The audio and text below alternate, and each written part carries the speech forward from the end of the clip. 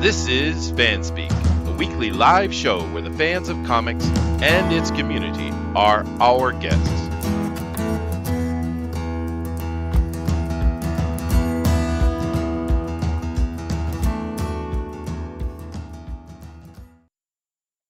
Hello, everybody. Welcome, welcome. Nice to have you here today.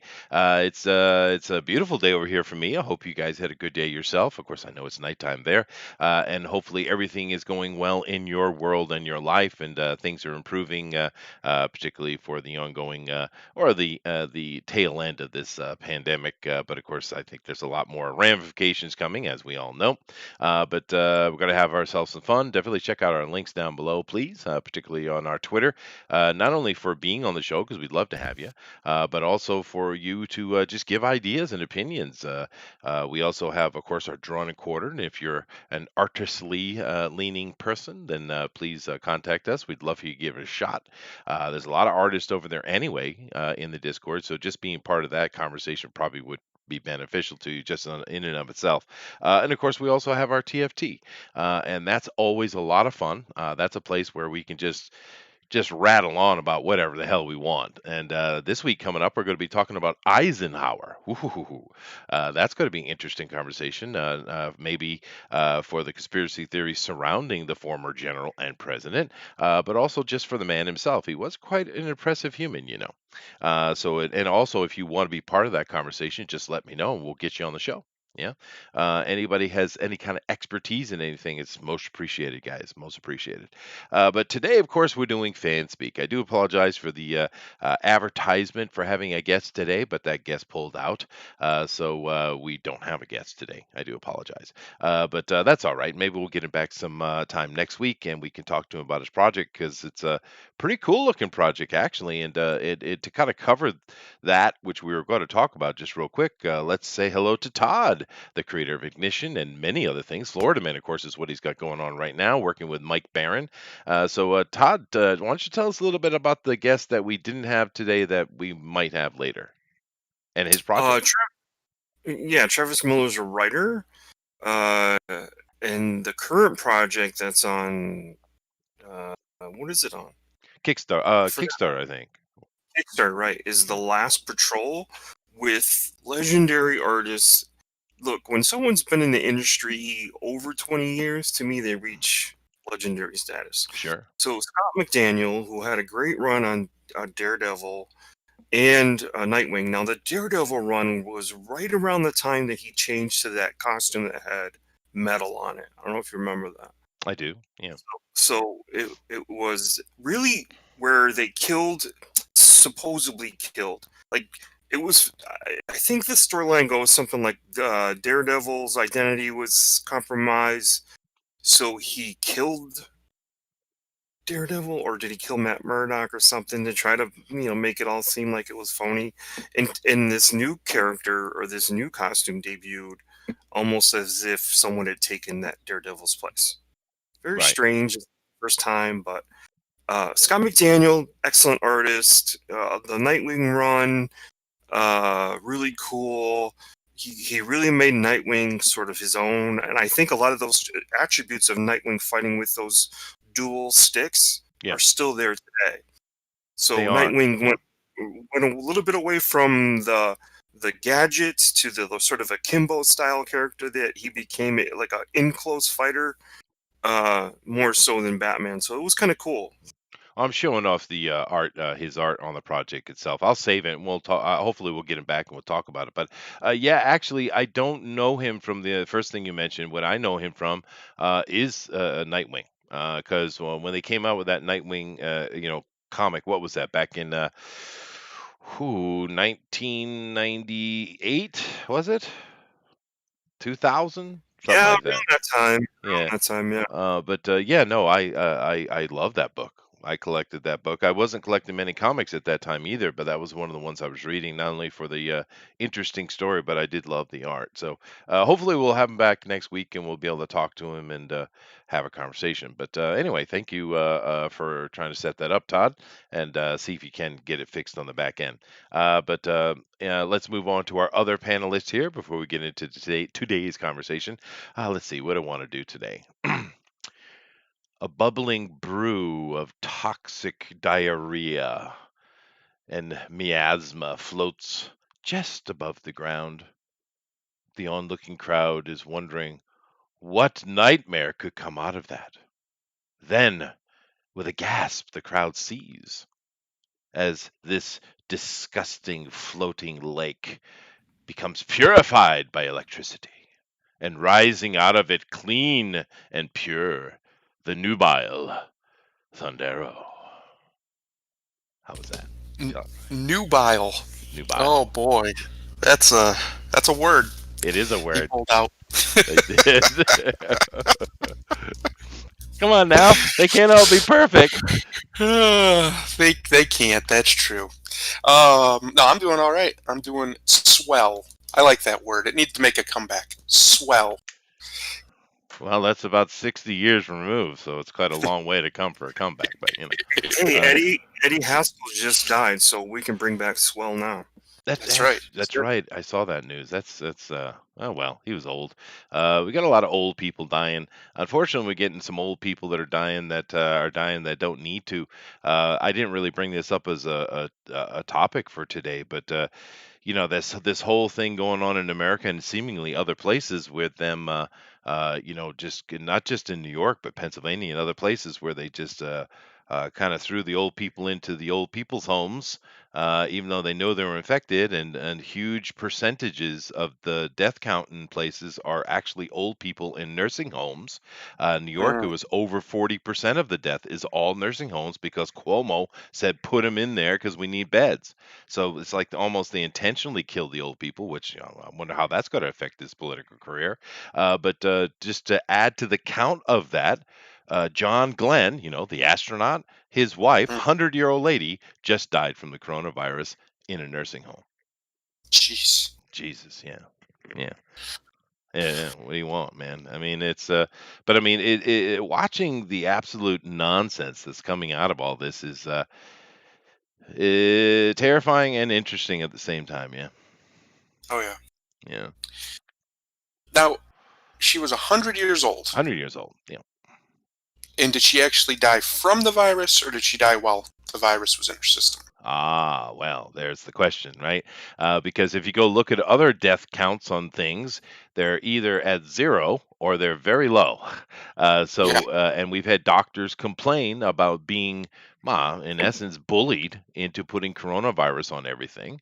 That's a very good point, Thundero. Yeah, I mean, because at 100, it's a breeze the wrong way could probably get you. I mean, that's true. that's a very old person. It's much older than I ever want to be. That's for sure. Well, yeah, but I mean, it's for me, it's the complete lack of compassion and sympathy for our elderly, and of course, who are the ones that have made these errors? It's Yeah. almost, as far as I know, it's exclusively Democrats in America. Mm, Now, that might not be a true statement. There might be examples that are non-Democrat, but for the past couple of weeks, when this has been hitting the news, and we having like Pelosi and particularly Cuomo saying, "There's nothing to see here. We're not talking about it. You racists." Um, but the Pennsylvania news came out this week, and wow, that's worse. That lady is a nightmare. That's over in charge over there, dude. yeah, there's some outright tyrannical stuff going on, and I personally don't see the American people, at least not all of them, dealing with it for much longer. It's Uh, pretty well, bad. where a lot of places are opening up. For the most part, America is starting to transition. So I think it's just a few hot spots, and Mm, they can't hold out for very long. Like California, Hawaii. What is it? Wisconsin or Michigan has got that crazy lady. Michigan, Michigan. Yeah, Wisconsin, as far as I understand, totally open now. Their Supreme yeah. Court struck down the ban. Oh yeah, yeah, and Georgia's been open for the longest, I think. I mean, as far as the ones that were closed like that, and they're doing pretty well. They haven't had any kind of tick up. So I mean, I think it's all starting to move itself back, and we're going to have to, get things in, but they're having trouble with the kids and schooling, and there's a lot that needs to be fixed. It's a lot of work coming forward for a lot of countries. I think here in Japan, we're going to get out a little bit less scathed than some other places, but that has more to do with the cohesiveness of the community here, whereas America is the opposite of that. For in a good way though. America is the melting pot. It is the hub of innovation and stuff. It should be that way, right? So, yeah. Hey, Booster, what's up, dude? Oh, boys, how we doing? I see we're having a fun discussion today. Wow, politics. We're not going to dwell on it. It just came Yeah. up. We're going to move on right now. Actually, right now. He says it just came up when he brought it up. Right. All right. I guess there's some good news. Obviously, we've heard about the HBO Max is going to be where you can see the Snyder Cut. Oh, you son of a bitch! You did that on purpose. He did. He did. He did. Let's not forget, he also directed Batman vs Superman. So Oh, he's doing this. Oh, you son of a bitch!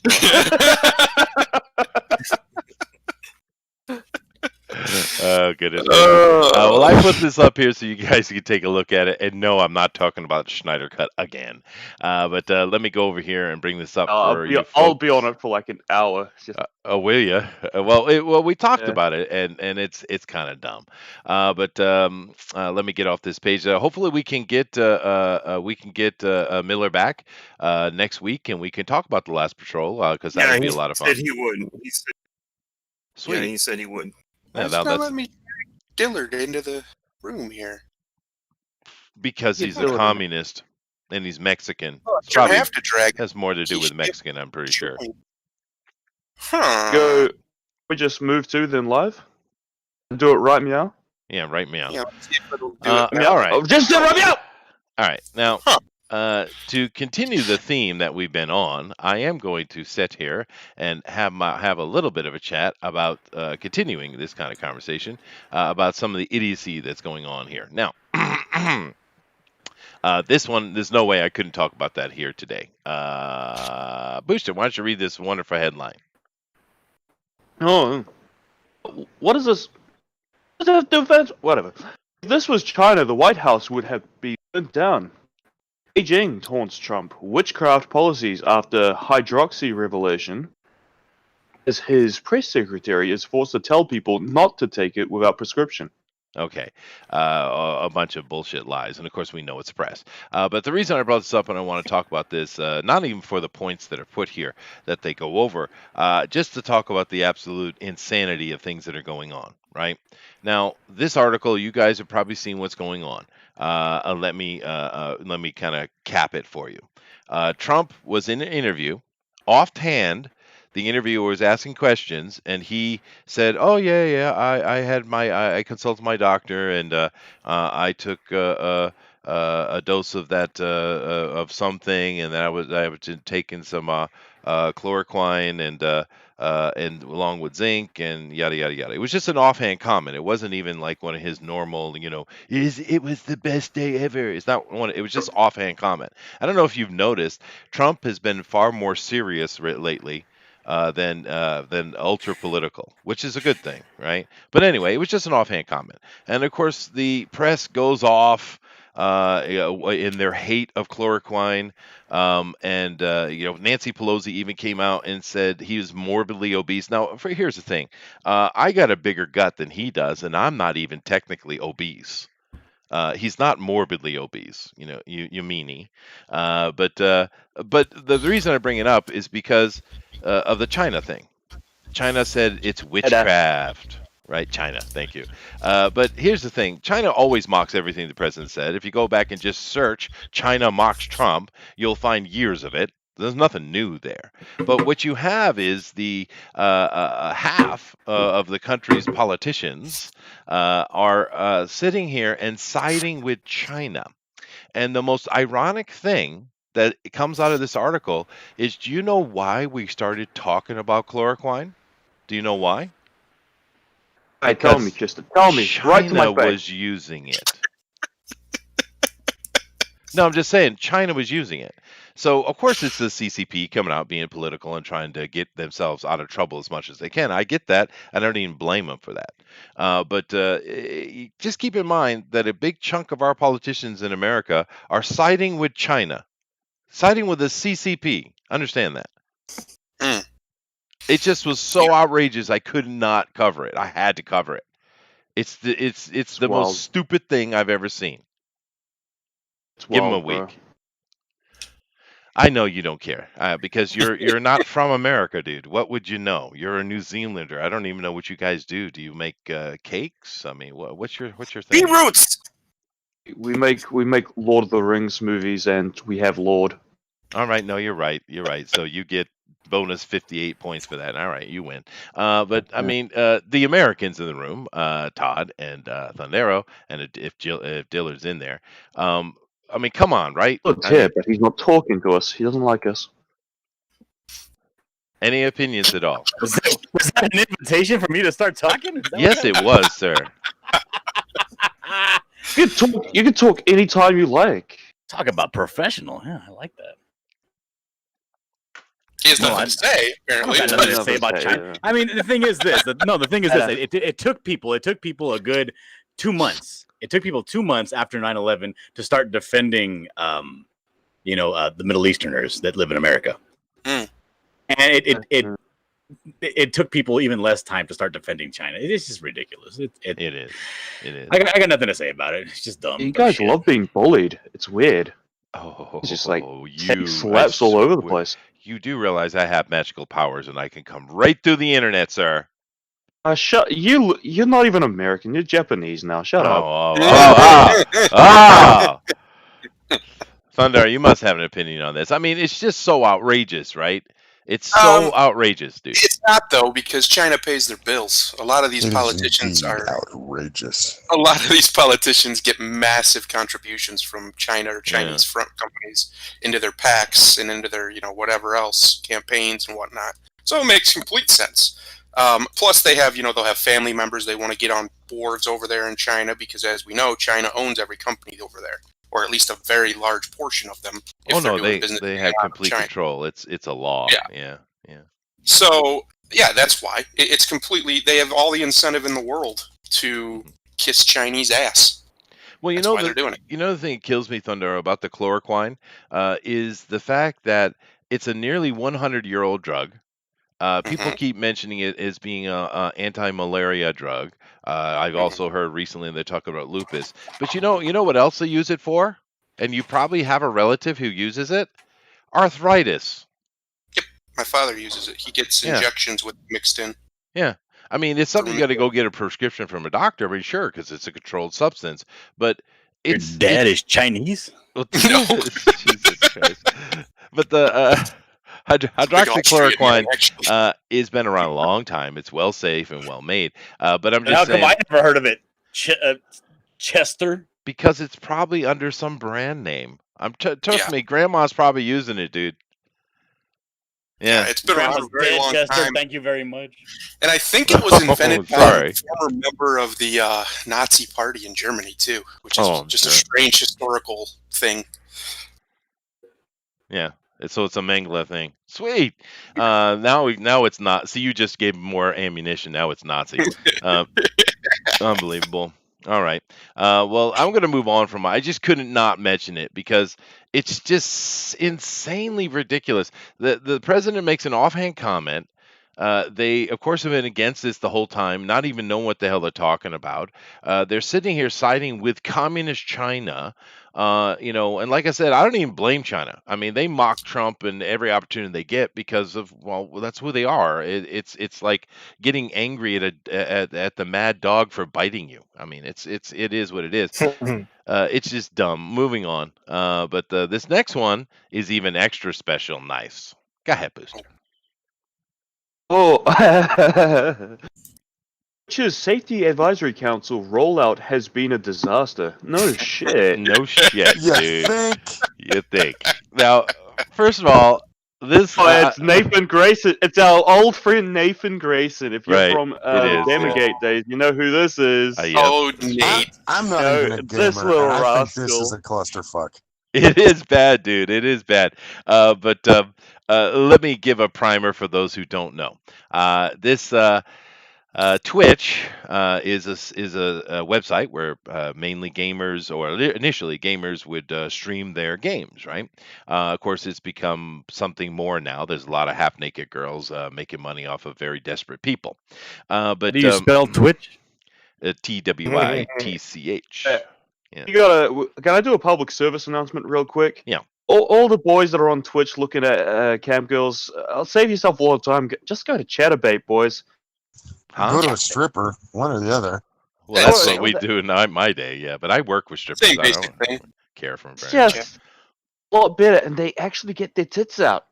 Or just learn how to Oh. get chicks. It's not that hard. Fuck, Yeah. man. Go do it! Don't do it. All right. Anyway, let me finish. So Twitch is very troublesome because they're.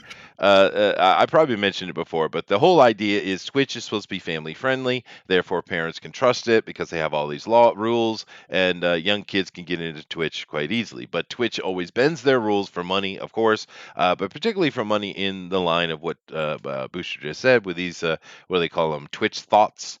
And their ideas, what they do, whatever. But that's Twitch. But of course, they create this safety advisory council to consult them on what words and what people to not allow on their site. Basically, it's the same direction: YouTube, Facebook, Twitch, Twitter, etc., etc. They're all doing the same thing. But of course, on this diverse council, there are no conservatives, there are no Christians, there are no actual pro gamers. There's none of that, right? Of course, you can't have none of that. But this particular thing right here, which is called Ferociously Steph, now this thing right here got out of hand because they put this person on the council, and this person openly hates gamers, hates men, says horrible, nasty things all the time about these about us, right? And you're putting this person on an advisory council. Of course, Twitch world blew up as it should. But the thing that I thought was funny about it is this. This shows you how messed up the world is, because this individual, this Ferociously Steph, is a clearly a mentally diseased individual that needs to be in a hospital. No, This is a person. This is a Chester, man that I thinks. really gotta say This is a something man here. that thinks he's a woman that thinks she's a deer. no, it's worse than that, Booster. It is a man who slapped tits on himself, dresses like a woman, identifies as a deer, a male deer. Look at the picture.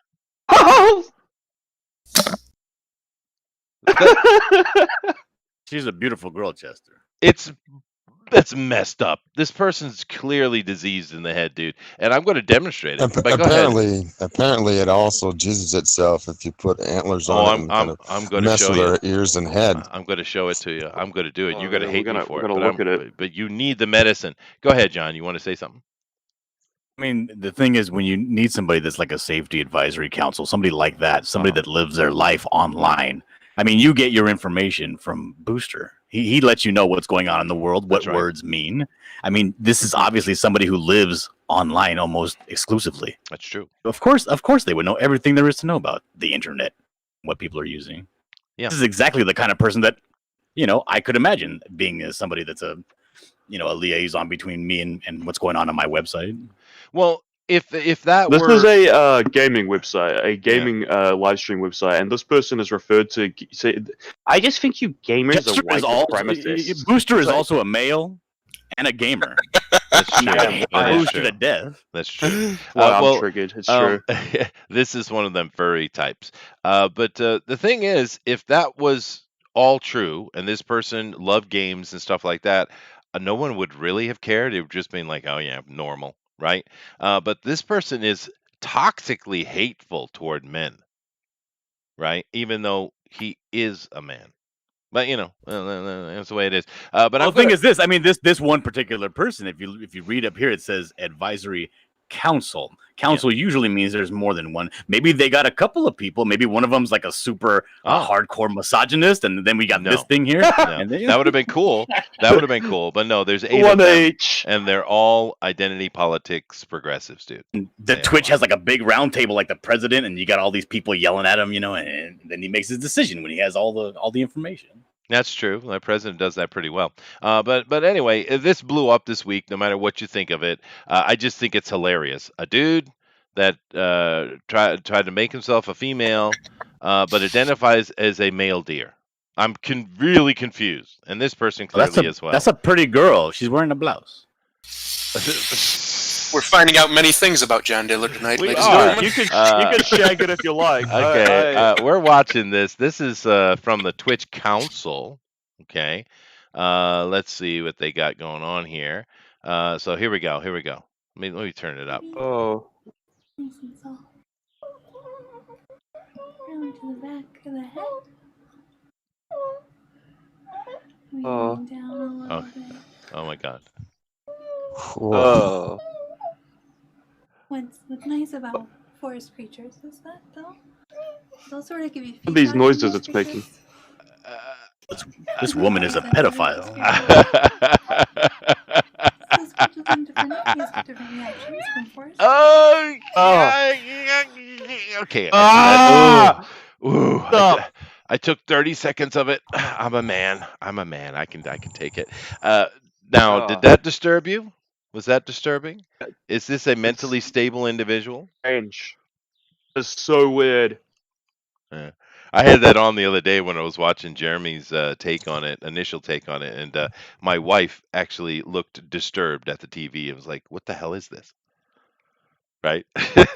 As I've said for another video I've seen recently, if you're gonna do this shit online, wear a mask. Yeah, I bet you this deer could beat up Booster.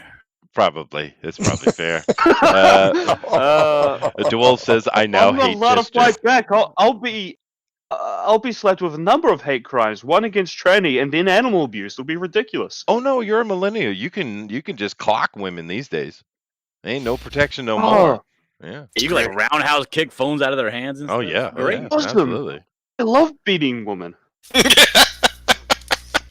Dave says, "Just tuning in and clicking off." Yeah. It's Sorry, Dave. Sorry, Dave. Bye, Dave. Bye, Dave. Sorry about that. But come on. Come Go on. change your undies or whatever you threw up all over yourself. Dave's You'll be like, all right. I need therapy now, Chester. I'm sending you the bill.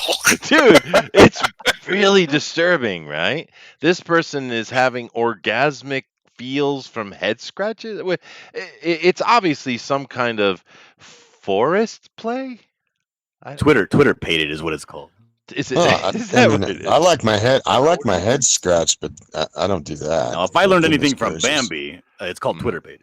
It Twitter baited. Ooh. That was not right, John. But you should probably get. I gotta that, make this person a copyrighted. better, more realistic looking forest going on here. This is terrible. It is. Yeah. That's horrible green screen. That's That's an overlay. Anyway, better. I doubt anyone really has an opinion on this other than you, Chester. But I mean, oh man, come on, dude. Just the nonsense we see, the constant nonsense, and for these two articles that I brought up, trust me, I'm getting to other more interesting thing here soon. Do these people who do these things, do they really think we're that stupid? Yes. It doesn't really matter to them what you think. They have their little group. They go to like the local public park and they play around and stuff. It's for them. It's for their friends. They do all this garbage, but they themselves know it's not real. You think? I don't know. This person does. Same thing as those cosplayers. The people that I have them. They're infested all over my park. People that dress up like My Hero Academia characters and they run around and throw lightning bolt beanbags at each other. I don't know. Oh god. John, Hey, and get it out. John, we know you dress up like All Might. Come on. And if I do, what of it? Huh? Yeah. But there's a That's big fine. difference That's between a fine. cosplayer and this. But anyway, I'm going to move on. It's just this week There's no difference whatsoever. It's the exact same thing as somebody walking around wearing a football jersey. Oh, what? Excuse me? bunch of homosexuals watching other men play sports. Oh my God. Thank you, John. That's why you're here. Let's move on to something more fun. I do have a couple of fun things today, so let's get right into that. Booster. Did I kill Booster? I might have. You might Booster. have actually killed him. Yeah, he might be dead now. Sorry, boys. I just had. So what do we got? What do we got here? And Namco's Scarlet Nexus confirmed for PS4 and PS5. Ooh, now Scarlet Nexus, of course, is Bandai Namco, and it's very Japanesey. But I'm not going to play creepy. that video because the Japanese companies will copyright you every damn time, and I don't think they understand our laws. Pretty sure. Aren't these the guys who do Dark Souls? Uh, Is PS5 already a thing already? it's coming. It's gonna be a it's thing coming soon. Yeah, it's Yeah. coming real soon. Coming, I don't know coming right Booster. for you. I don't know Booster, but I do know that they did the others. But this game, I can't show it to you. You can go check it out yourself. It looks pretty cool. If you like a JRPG, you like that kind of animation cell shading type of thing. This game is pretty cool. Of course, it's been here in Japan for a little while, I think already. I've certainly seen it. But there are a couple interesting games coming out. You have Blue Protocol, and of course the Scarlet Nexus coming to the west. Scarlet Nexus is way ahead of Blue Protocol, but for the video gamers in here, any of you guys like the JRPG stuff? I'm not a video gamer. I know you're not. It's for babies. When I play a JRPG, I like my traditional turn-based stuff, like say Final Fantasy or your Dragon Quests. Sure. Mm. Well, this is different, and to be fair, it's in that vein of everything's just very bright. There's lots of flashes on the screen because this one is not quite as bad as Blue Protocol, but I don't know if I like it. I'm still waiting on my opinion, but of course I love to play these kind of things. What do you think about this stuff, Thundera? I like it and I don't. In the last, I don't know, 15 years or so, a lot of the Japanese aesthetic has been kind of hijacked by people who don't really know what they're doing with it when it comes to like JRPGs and stuff. And for a while, there weren't really many JRPGs outside of Japan that you could get over here that were any good. So you would just get trash ones that would come out. So I'm very leery of it. It was a genre that kind of died in the West for a little while. It's been reinvigorated recently with some very good games. But I love the JRPG genre. That's what got me into RPGs in the first place. Final Fantasy, especially Final Fantasy 1, the original Final Fantasy, the very first one. Mm-hmm. I played on the old, way back in the day. I remember you bought that game and it came with like a map. Ooh, this guy got street cred. Look at that. It had a map, and that's how you had to navigate the world, was by this map that it came with. It's pretty cool. But no, I am very leery of people, bringing out JRPGs. Now, obviously, it's coming out by, two companies who know what they're doing, at least usually. So hopefully, it's pretty good. Well, this is getting a lot of praise, dude. It's getting a lot of praise. Yeah, a lot of it. A lot of it. Yeah, I haven't played it myself, but there's a lot of hype behind it. That's why I mentioned this one, Blue Protocol, because these two are getting a lot of hype. Now there was a game a couple of years ago. I can't remember the name of that. It was a JRPG where you were dealing with like portals. Oh God, what was that called, Booster? You mean Astral Chain? Yeah. Astral Chain. Thank you. Portal. Astral Chain. That actually was that was a fun game, dude. That was fun. Yeah, I built that on my Switch. It's pretty cool. It is pretty cool. And of course, the Japanese do something that we see the West drop the ball on a lot: storytelling. It's still a thing over here. Yeah, JRPGs, that's kind of, well, at least the Final Fantasy tier ones, that's kind of their selling point, because the combat system is fine, but it's not going to move mountains usually, because it's very simple and basic. You press a button, you wait. It's not an action game. So the storytelling has to be on point. And the Final Fantasy series, especially back in the day when it was really a JRPG, it's not kind of that anymore, unfortunately, but when it was, it usually was very on point. It's what drove those sales of those games and made it one of the most successful video game franchises of all time. So hopefully this is a reinvigoration. Now we've seen, what was that game? Octopath Traveler. Booster really loves that. Yeah, that's a good game. Mm. It's a good I game. hear that's. I've never played it, but I trust Booster's opinion on it. Me and him both have a very strong love. It's for got JRPGs. there's a lot of flaws, but it's still a pretty cool JRPG. No, that's a solid game. I liked it. Yeah. So Astral I Chain, think, though, I love that game, dude. I think we've had like this string of kind of like what happened with just single player RPGs in general for a while. It took some new developers to come in, or some old developers to take an interest in it, but not put maybe necessarily full resources behind it, and make it like a AA game or a single A level game, and that instead of a AAA game. So hopefully that changes and we get some more AAA JRPGs here very soon. I'm 'Cause not I going think to turn it's the a genre- volume on. I'll just play it. I think that genre has a lot of life left in it. I don't think there's any reason to just abandon it because it's a little slow in plot when it comes to No. the combat. And keep in mind, this game, although it's a little older, it's not being released brand new at the end of the year. This seems to have a little bit of the cyberpunk feel to it, which we've talked about. That is becoming more and more popular. Now, when I looked Mhm. at this game originally, I didn't touch it, even though I could have, like anybody else, try to get on a beta and stuff like that they were doing. The reason why is because what you're seeing on the screen. I'm not going to enlarge it. Hopefully, I won't get a copyright strike just for the video. But there's the enemy are like these techno plant things, and it just looks weird to me. But the like I said, the hype coming out on this is very high. People are absolutely loving this game. It So looks very similar to Astral Chain. it does, and that's the first thing I saw when I felt it. I just don't like the enemies offhand. Yeah. But I mean, the story's probably epic. Look really weird. Remember when Metal Gear that one came out where it had the Metal Gears that are walking around on like human looking legs? That was gross. Yeah. Well, it's supposed to be creepy, but Oh, I Gear. don't know. Metal Gear. Yeah. Uh, And from what I understand, the I do my customization snake in is it, not working. there is some customization in it as well. Not all of these games have that, right?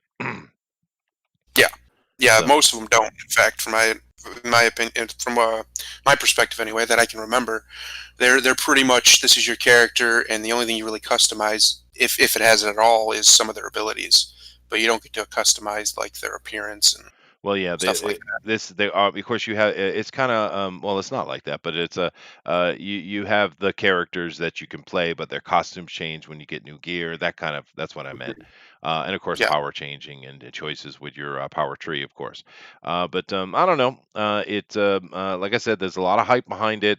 I'm going to probably be more excited talking about Blue Protocol when it finally hits the West, which will probably be a year or so from now, because it hasn't even come out in Japan yet. Although there's been plenty of betas and stuff. I haven't had any time to get into the betas. I've done a lot of betas over the years, but I'm just too busy right now. Have you guys done any beta stuff? I have. Yeah. I did for Elder Scrolls Online way back. Like I was one of the first people in the beta, and it was real bad when they first put that beta out. Yeah. It wasn't a Yeah. fun experience at all. I think I've done some others too, but I'm trying to remember what game it was. But that's the one that comes to mind originally is Elder Scrolls Online. Oh, other ones for like some shooters and stuff. Like there was a game that was basically Halo but with portals. So like mix Portal and Halo together, Oh. and that was it. And I don't know if that game ever even came out, but it was pretty fun. It was a pretty cool concept. But that's about it as far as betas go for me. Well, I used to do a ton of betas, and of course, if you haven't done a beta, go try it. I mean, it's pretty much anybody can get into those things. I think I've been I've done a couple of alphas, and I've only done one pre-alpha. I was in one well, technically two, but I was in one pre-alpha, and that was Champions Online. So Yeah. But I mean, beta, anybody. I mean, the whole point of the beta is to test the server. So they want a ton of people coming in to weigh it down before they launch, right? And these days, there's a lot of games that come out in beta and they never leave it. Have you noticed that? Yes, they do what they call early access, which is just a way for them to monetize the game without finishing it, which is fine because most of them are upfront. That's what they're doing. In fact, I think Steam requires them to be upfront about that, so that's good. Yeah. But and that's basically all you're doing. You're just paying to beta test their game for them. But sometimes that's fine because you get to actually have input into which way the game goes.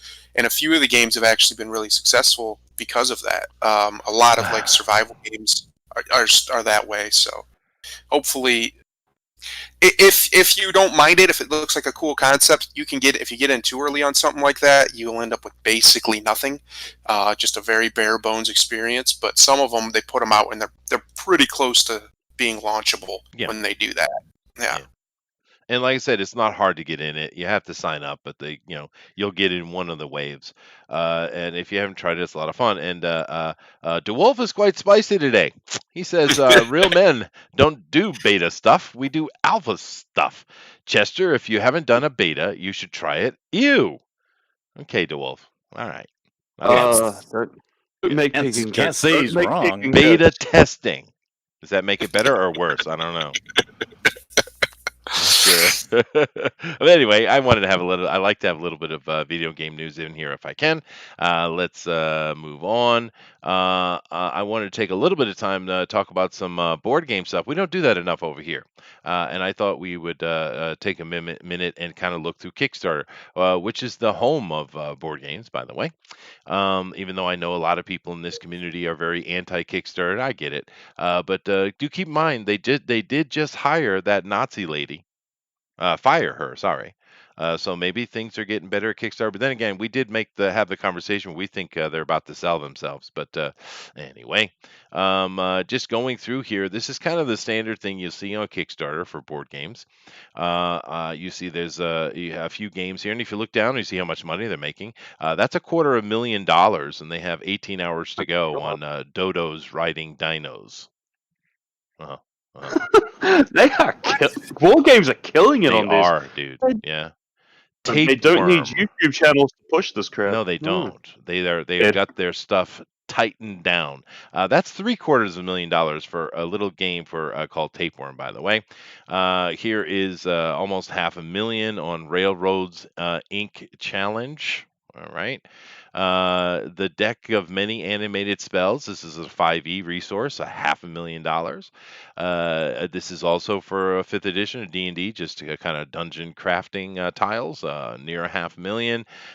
This one I'm going to talk about specifically, but it's 1.2 million. And it continues on down here, and there's all kind of interesting things. Tanto Cuore. Now, Tanto Cuore is at 125,000. I've seen them make more money than that over the years. This is the 10th anniversary. Tante Cuore is, I don't know, do you guys know what a maid is? You know, the anime Japanese maid? I No. love them. Explain. Well, basically, it's a slave waifu. Basically. So what? Like a real hot maid, then. Well, yeah, a better maid. But it's Oh, a what thing. a woman should be. Yeah, it's highly sexualized, and this thing has made a lot of money over the years. Like I I said, need this to is the fetch 10th me one. anniversary. But I didn't get it because my wife would be angry at me. Guardians of Atlantis is $250,000. That one has 15 hours left, et cetera, et cetera. I'm not going to go through each one. I'm only going to look at one, really. But this is just an example of what board games are doing. They're absolutely killing it. Right? Even if you look at some of these lower little ones, like the Steve Jackson Games T-shirt collection, it's Steve Jackson Games. If any of you from tabletop, you know who that is. But it's just T-shirts, and it's made 15 grand. right? It's So just the summer collection. it's just the summer collection. Here's the new Tiny Epic Pirates, which I have the entire Tiny Epic line. It's great fun. That's a $500,000, right? This has got 20 days. This thing will get over $1 million for sure, easily. But you see the amount of money they're making. They're doing something right, guys. They're doing something right, right? A Wild West combat game. Interesting. Yeah. Oh, those are fun type of games. But I have a huge board game collection. I love board games. I play them with my family. I play them at the school with the kids occasionally. It's something that I love. Here's another D&D 5th edition. It's a menagerie or a monster book. And they have all kind of stuff like the Battle of the Boy Bands. 10 grand. This is clearly for young teenage girls, right? But it's 10 grand, right? And board games are have a cost, a production cost, of course. Obviously, it's probably more than a comic book, I would assume. I'm not really sure, 100% on that. But I want to look at one in particular. Now, this is the most recent game from Mythic Games.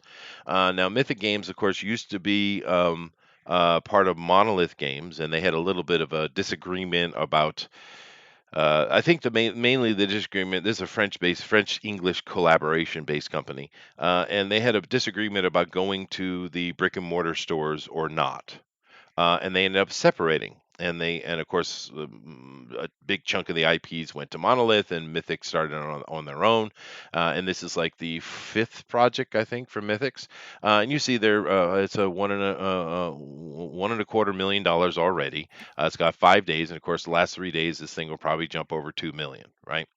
It's a miniature game. That's what they make. Miniature fighting, role playing, board game type of stuff. It's not miniature war gaming. It's not that. They're board games that have miniatures, and they make beautiful miniatures. I'm not going to get into this specifically, although it's a gorgeous looking game, and I'm pretty sure I will back it. I haven't backed it yet because I love the company. But I wanted to make an example of how much money there is in board gaming. I mean, it's incredible. And yes, what about the global economic depression? Good point, Dave. They're still making absolutely killer money, right? I don't know what to tell you. These guys are doing something right, and I'm just kind of wondering. My kind of point of putting this up, other than my love for board games, is maybe we should be paying a little bit more attention to what others are doing in the field compared to what we're doing, right? Because we are a crowdfunding group. That's what we come out of, direct market sales, right? But these guys are doing way better than we are, way better. So what are they doing right that we're doing wrong? I don't know. But maybe more time in, more experience. But it's pretty killer. This company in particular has been very, very popular, very successful for one really particular reason. They have good production value, yada yada. Of course, I have no complaints, but it's really because of this guy. This is Leo. He's one of the very rare things on the planet. It's a Frenchman I like, and this is the most endearing, sweet human you've ever met in your life. And he got out. Look at that smile. I want He's to a pinch his cheeks just to. Well, he's a nice man, dude. He's a really nice person. He's a Yeah. family man. He's got his kids come on, but he did all those live streams and all this stuff for years now. And he comes up. He's so popular. He always starts out with, "You are in a good place," which means it's safe and happy. We're going to have some fun and have some chats. And he always keeps it positive. This guy made that company. He made them a multi-million-dollar company because Guy of his sounds like personality. Roger Heller is what he sounds like. He does. Roger's a really sweet man. But I'm just saying that there's a lot of guys like this in board gaming. Now, he's probably my favorite because he's just an exuberantly awesome human. But there's a lot of these dudes. And this is one of the things I think was my main point for putting this in here today. These guys are super positive. They love their product. And that's it. That's it. They come out and they push it with a smile on their face, and they build a community and they work their ass off. Now I'm kind of curious, do we do that? And FanSpeak? Not FanSpeak. I'm not talking about us. I'm talking about the indie revival community, Comicsgate, whatever the different groups call themselves. They came on our show and laughed right at our face. That hurt, man. That Yeah, hurt. but no, I'm just saying, maybe there's something we can learn here. I don't think it's that. Mm-mm. I think it's a fantastic way to go about your business model and all that. But I think that, I mean, board games are just so much bigger, so much better, and they offer so much more of an experience than one comic book. That's true. That is true. I think you're comparing apples to I don't know, delicious Georgia peaches. Peaches.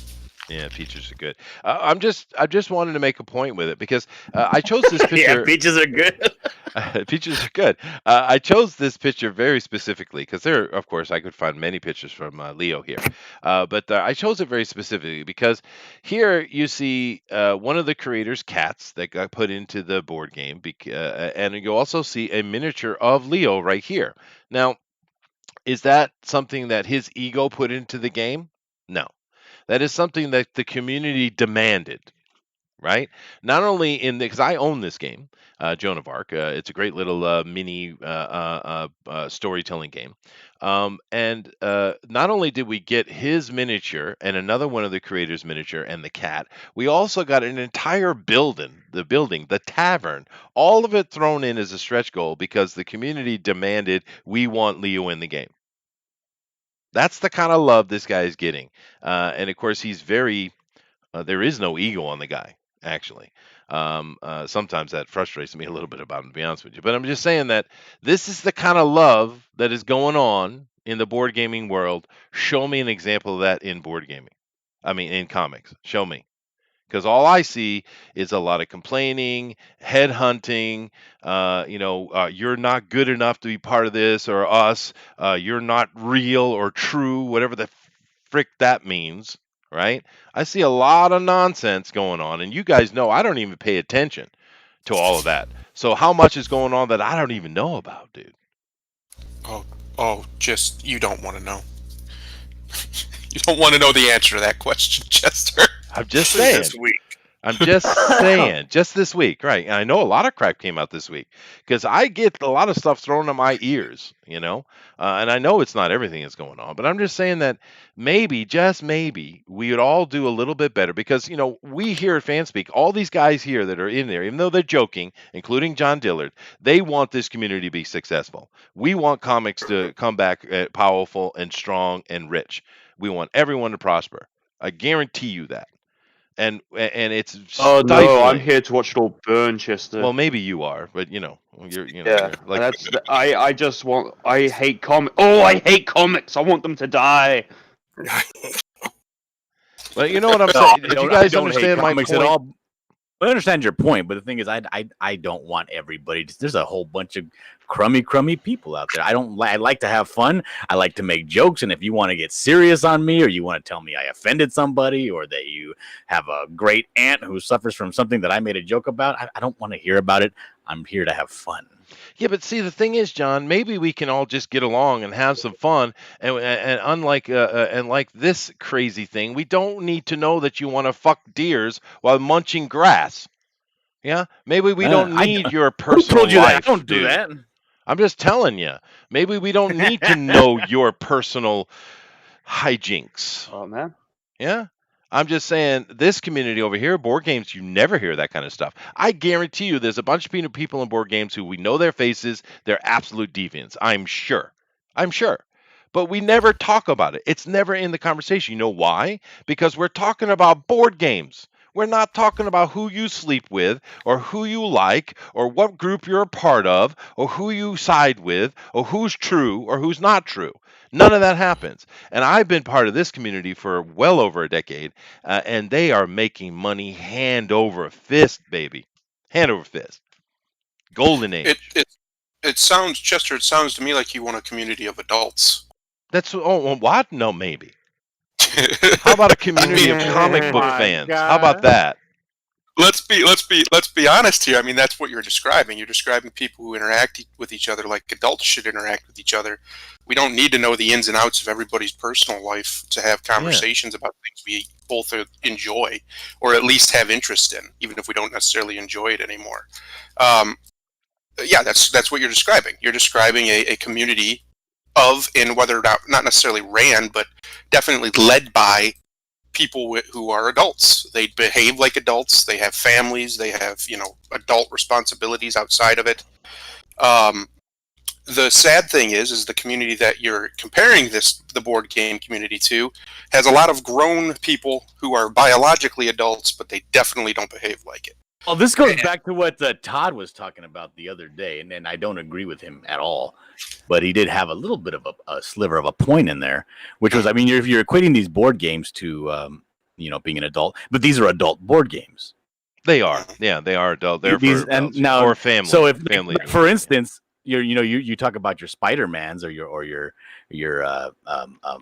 Squirrel Girls and these things. These are essentially Monopoly. Sorry, life. When will they graduate to adult comics? Yeah, well, I mean, I get your point, but if you take a look over here at this right here, is this list? I would just I put this up here for a reason. I didn't talk about them all individually, but my kind of point I was trying to make was, if you look here, we have kid stuff. We have family stuff. We have boring history, people who like history stuff, like myself. We have tabletop fantasy stuff. We have sexualized adult stuff. We have. I don't think you're boring. Well, that's fine. But thank you. I love you too. But we also have stuff in here for the SJW, progressive lesbian types. And no one cares. It doesn't get labeled that, even though that is what it is. The conversation is never about that. But you know what? I don't have to buy that. Right? And there's actual diversity here. That's why I went through this page, guys. Look at it. Look at all the different things for all different kinds of people, and they're all getting along happily. I haven't heard anyone say, "Oh, that's a stupid game," or the one I hate the most, "You're not true. You're not really this thing or that thing." Never. It's clearly not a game for me, and I'm not going to buy it, but there's no one saying it shouldn't exist. No one. Right? And we have some, like I said, this one, that's the reason why I kind of focused on this one right here. This is a highly sexualized game that I guarantee you every progressive in the world hates with a passion, and there's no comments whatsoever. And it's made $100,000. Oh, and this is the current environment is why it's made so little, because I've seen these guys make $500,000, right? I'm just saying that this is a community over here that has actual diversity of games and people, and there's no bitching at all. It's just what the hell are we doing in this comic scene? Board game. This place is garbage. Let's go to the board game. I want to go get the board game, guys. I'm just saying, right? Because, and the one that, like I mentioned, the one that really pisses me off the most is "You're not true." Well, who the hell are you to tell anyone they're true or not? I mean, honestly, who put you in charge of anything? The old no true Scotsman fallacy. Who made you the boss of the world? Yeah. The gods of comics have deemed that you're not true. And I think if somebody like Stan Lee says you're not a Stan Lee fan, I think you could be all right with that because he's Stan Lee. But everybody else isn't Stan Lee. You don't get a say. It's just that simple. Like somebody at that level of icon level status can decide that, can make that judgment on somebody else. But he never would have done that. I'm just saying he could have. Everybody else, until you're him, you don't get to make. How about we just all agree? Until you're him, you don't get to decide who is what. Yeah. So you reach that level, you got to shut up. But then, what are you going to do on this show, Thunder? I'm gonna bitch and moan and cry just because I know it triggers you and Todd. Yeah. But I'm just saying, it just kind of irks me. I try to stay pretty quiet and out of these things because that's not why I'm here, me personally. But it's irritating me, dude, because I know there's potential here, and I know we dropped the ball. There was an opportunity a year and a half ago for something truly amazing to happen, and the ball was dropped. It was, yeah. Whether you like that or not, it's the truth. I'm not really pointing anyone out particularly because I don't have any interest in getting into it, but I'm just saying that if we want this community to be successful, and I do, we need to change our attitude. We really do. And we're just a small group of friends that are sitting here having a conversation, and we all have different opinions. We agree or don't disagree. We're not a big old huge channel that has any kind of influence. I get that. But I really wish that many of us here are involved in comics in many ways, would try to start to spread this message a little bit more because it's just we can do better, man. We can do Chester, better. I'm on it. All right, you get on that, John. But anyway, I'll stop ranting now. But it irritates me, man. I can tell. Say. The wolf is in the Oh, bro. chat, went completely over his head. He's still complaining. I mean, it's fun to come and mock the kind of idiot things like politics and big budget Hollywood and stuff and just have a laugh at it. Sure. But, if you're trying to promote and build something in a community, that's not how you do that. That's really not how you do that, right? And, a lot of the things I see happening in and around this community are very much the things that we all stood up against. Gail Simone, Mark Wade, Visaggio, what was it, Gonzalez Ortiz, whatever the hell her name was. All of those people, and Sana Amanat, of course, at the center of it. All that stuff we stood up against because they do that shit. That's what they do. But we do it now too. Really, Mm. really. I don't know. Let me move on before I get really angry. Now, I could go over here, and there's other things we could talk about, but and maybe we will. We'll see what the guys want to do. But this was kind of like the last really positive thing I wanted to talk about because here, sitting in front of you, is Jeffrey Combs, a legend of cinema, Mm. a very very cool human, right? Is he though a legend? Yeah, he is, dude. If you know anything about cinema at all, he is a freaking legend, dude. And he's really good at what he does. And he's also, like I said, a cool human. And Chester telling me that I'm not true again. yeah, it's true. Well, that's a disagreement, but you're right. You're right. How dare I, John? Booster, go ahead and rate it. Star Trek Alumni. Alumni. Alumni. Jeffrey Combs claims there is a chasm between what fans want and what CBS desires. What an interesting statement. Now, I suppose he's old enough to not care that he will never get a role from anyone in Hollywood again for that statement. But of course, he was in Deep Space Nine. Fists Up because that was a really well done show. He was in other things as well. Involved with Star Trek, of course. I love him from the Cthulhu based stuff like Reanimator, and he played Doctor Strange, kinda. Et cetera, et cetera. But he's played a lot of memorable roles, of course. And he played the commander of the Sharn in Star Trek Enterprise as well. But let's get to what he says here. This comment came in a day after CBS All Access announced their new Akiva Goldsman-led Star Trek Strange Worlds. Now, we know that Star Trek's in real deep trouble because, well, they're way off, canon and model with Star Trek, but they're also just really poorly written, which is probably the biggest problem, to be honest with you.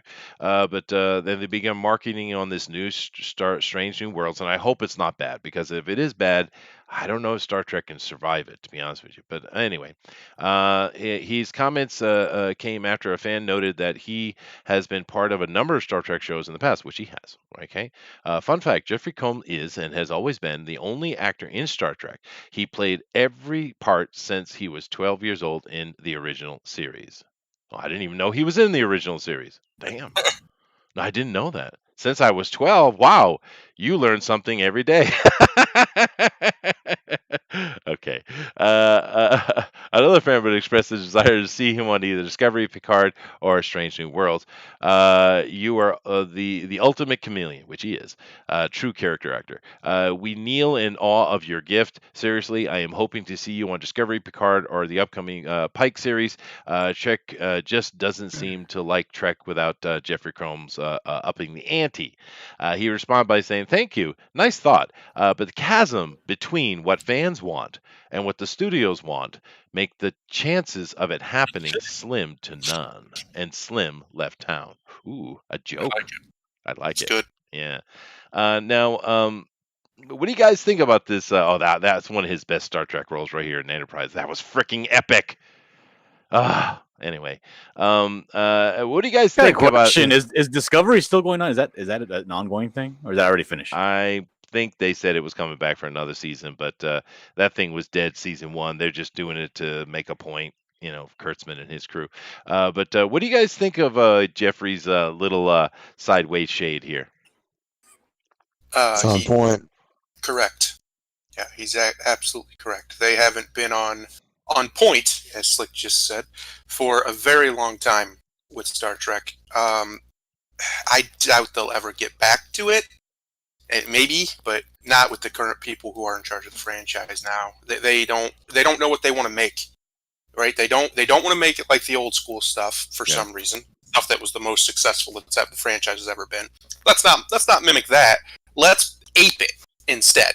Let's not actually take its style and modernize it. Let's just take the things from it that were good and put it in this new style that's trash, and hope people don't notice. And Well- that's exactly what they've done. I don't mind them updating a little bit, putting a little more action in for the modern audience. I think that's fine. But you're right. They're aping things. It's like, hey, do you remember this thing from that episode? Hey, do you remember this thing? And and instead of using it actually as a plot device, it's just there, Yep. right? It's just there for the nostalgia boner, and then that's it.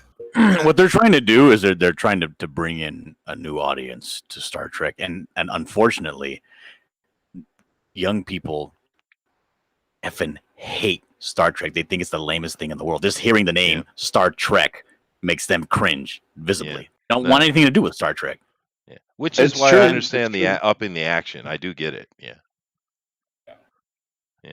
Well, No, I it's mean, just not gonna work. Kurtzman and his crew can burn and grapple. Well, So- they have an agenda as well. That is true. But there is a point to what John is saying, though, because the young generation doesn't get Trek, and the thing is, do they not get the idea of Trek, or do they not get what ultimately Jar Jar Abrams is trying to sell them? That's the question. Do they just don't get that, or do they just not get Star Trek in general? In a modernized setting with better CGI and better cinematography, they've never gotten Star Trek. No. They've never seen it. So how do they know they don't like it? All they've seen is the stuff from the 90s that is stuff from the 90s. It looks like stuff from the 90s. It has, pretty poor quality special effects and poor quality cinematography compared to what they can do today with very low budgets comparatively. So I don't know if that's accurate. I think it's an assumption, and it's based on children, quote unquote, young people in their 20s and younger, their reaction to what they've seen. And what they've seen is a weird ripoff of Star Wars mixed with Star Trek iconography.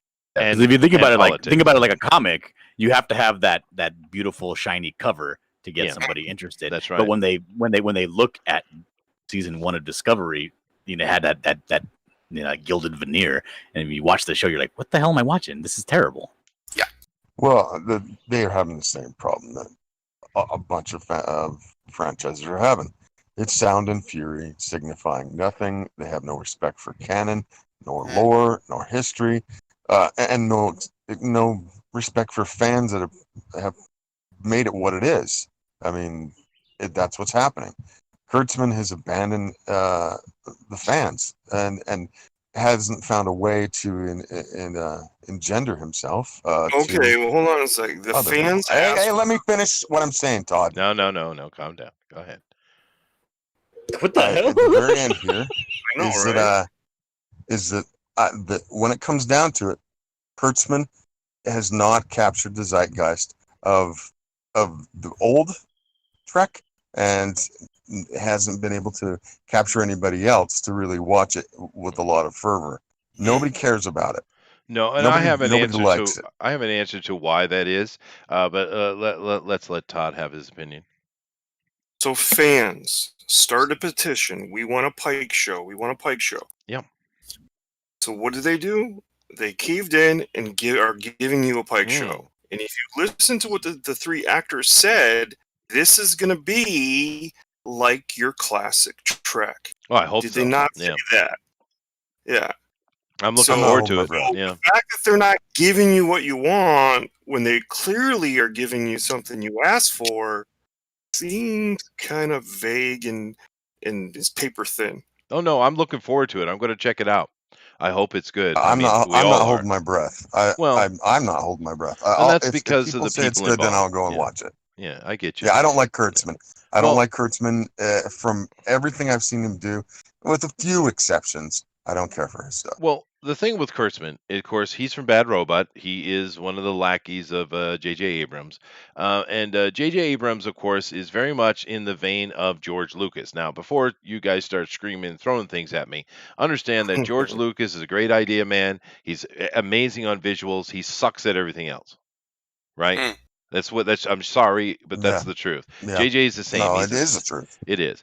JJ is a cinematographer and he's excellent at it, but he's nothing else. He can't finish a damn story. He's nothing else. But he has got himself in a lot of power and a lot of control, not only just with his popularity in Hollywood, but with his financial and contractual control of things. Right.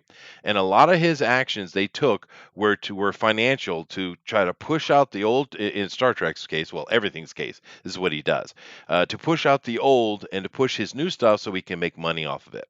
Now, I don't begrudge him wanting to make money, but maybe he's a little bit too focused on it instead of the storytelling. Now, Kurtzman is more of a hack than JJ is. I don't even know where his skill is because the team he put together for Discovery and Picard is ridiculous. Picard in particular, I mean, I don't really care about the agenda stuff if it's well done. I mean, I kind of roll my eyes for a second, but if it's a good story, I'm going to enjoy it anyway. Picard was a tragedy of writing, dude. It was such a hot mess. A hot mess. And these guys just don't know what they're doing. This is the problem. We do not have properly skilled people in charge of the thing. Whether the young people like it or not, you can't get past that point. Now, this new one coming out, I'm looking forward to it. I hope it's going to be good. I really do. But I'm telling you, if it's as crappy as Picard was, it's going to kill the franchise 100%. It's like the last straw coming at us. And that's probably what I agree Jeff with was you, saying. Chester. 100%, I agree with you. But hey, I gotta go. I'm trying to find a way to say I gotta go, but there's no way to type in Discord. But I'll see you guys later. Just get out of here with you. Go ahead, Todd. I hear you brewing. No, I don't have anything else to say. Okay, but I mean, I really hope it's good though, Todd. I really do because I do love Star Trek more than Star Wars. I always have. But so we'll see. I got my fingers crossed for it. But so far it has been an absolute debacle, and it shows you how smart Mr. Combs is because he don't want to get in the middle of that at all. And keep in mind, this guy has done so many iconic roles over his career, so many things, and he's in a lot of stuff you probably didn't even recognize he was there. Particularly in Star Trek stuff, he's in a lot of character roles. We had someone. No, I know all the characters he played in Star Trek. Well, yeah, but not everyone would, and he even played a Ferengi. You're right there, Dave. But his best role, I don't know, his Dominion executive role he played with the Dominion was pretty damn good in Deep Space Nine. But this right here, dude, that right there is a character for the ages. He's playing this Andorian general here. Freaking epic Like what he bloated- did. It's like a bloated testicle. Here's one of the problems they've had with Star Trek since Enterprise is chasing audiences. Yeah. For some reason, and maybe they're correct, I don't know. I'm just observing what they're doing. The audience that they had, they either perceived that they lost them or they did lose them. I think they did lose a lot of them with Nemesis. And they, instead of trying to get them back by making something that people would be more familiar with. They went a totally different direction in tone and in feel for the show. And it was, at that time, to bring in a younger audience was the idea. Yeah. It didn't work. No. And when they went back to more like Deep Space Nine, I would say, the Next Generation tone and tenor in the last season of Enterprise, it was working. The buzz was starting to grow for it, but the ratings didn't show up fast enough for the network, and they pulled the plug. Mm-hmm. So they've been chasing this unicorn of the new audience for a very long time, and I've yet to see anyone catch it. To be honest, and it is a very good point. You know, the thing that's funny about that is somehow along the way, the wisdom was lost in Hollywood. It went away somewhere and died in a shadow. Because here's the thing. First of all, your Star Trek audience isn't that old. There's still decades left in us, right?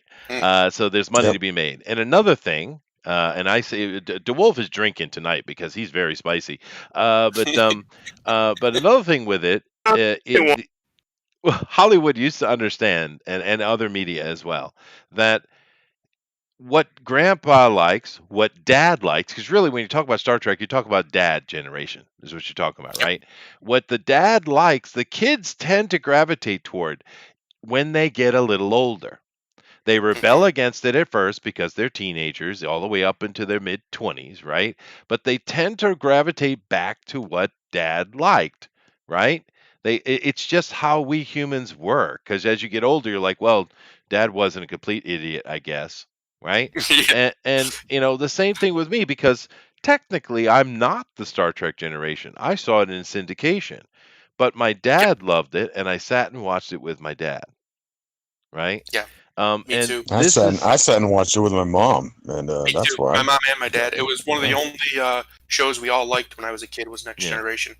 Well, my mom was there, I guess. I just didn't pay much attention to her. But anyway, oh God, what?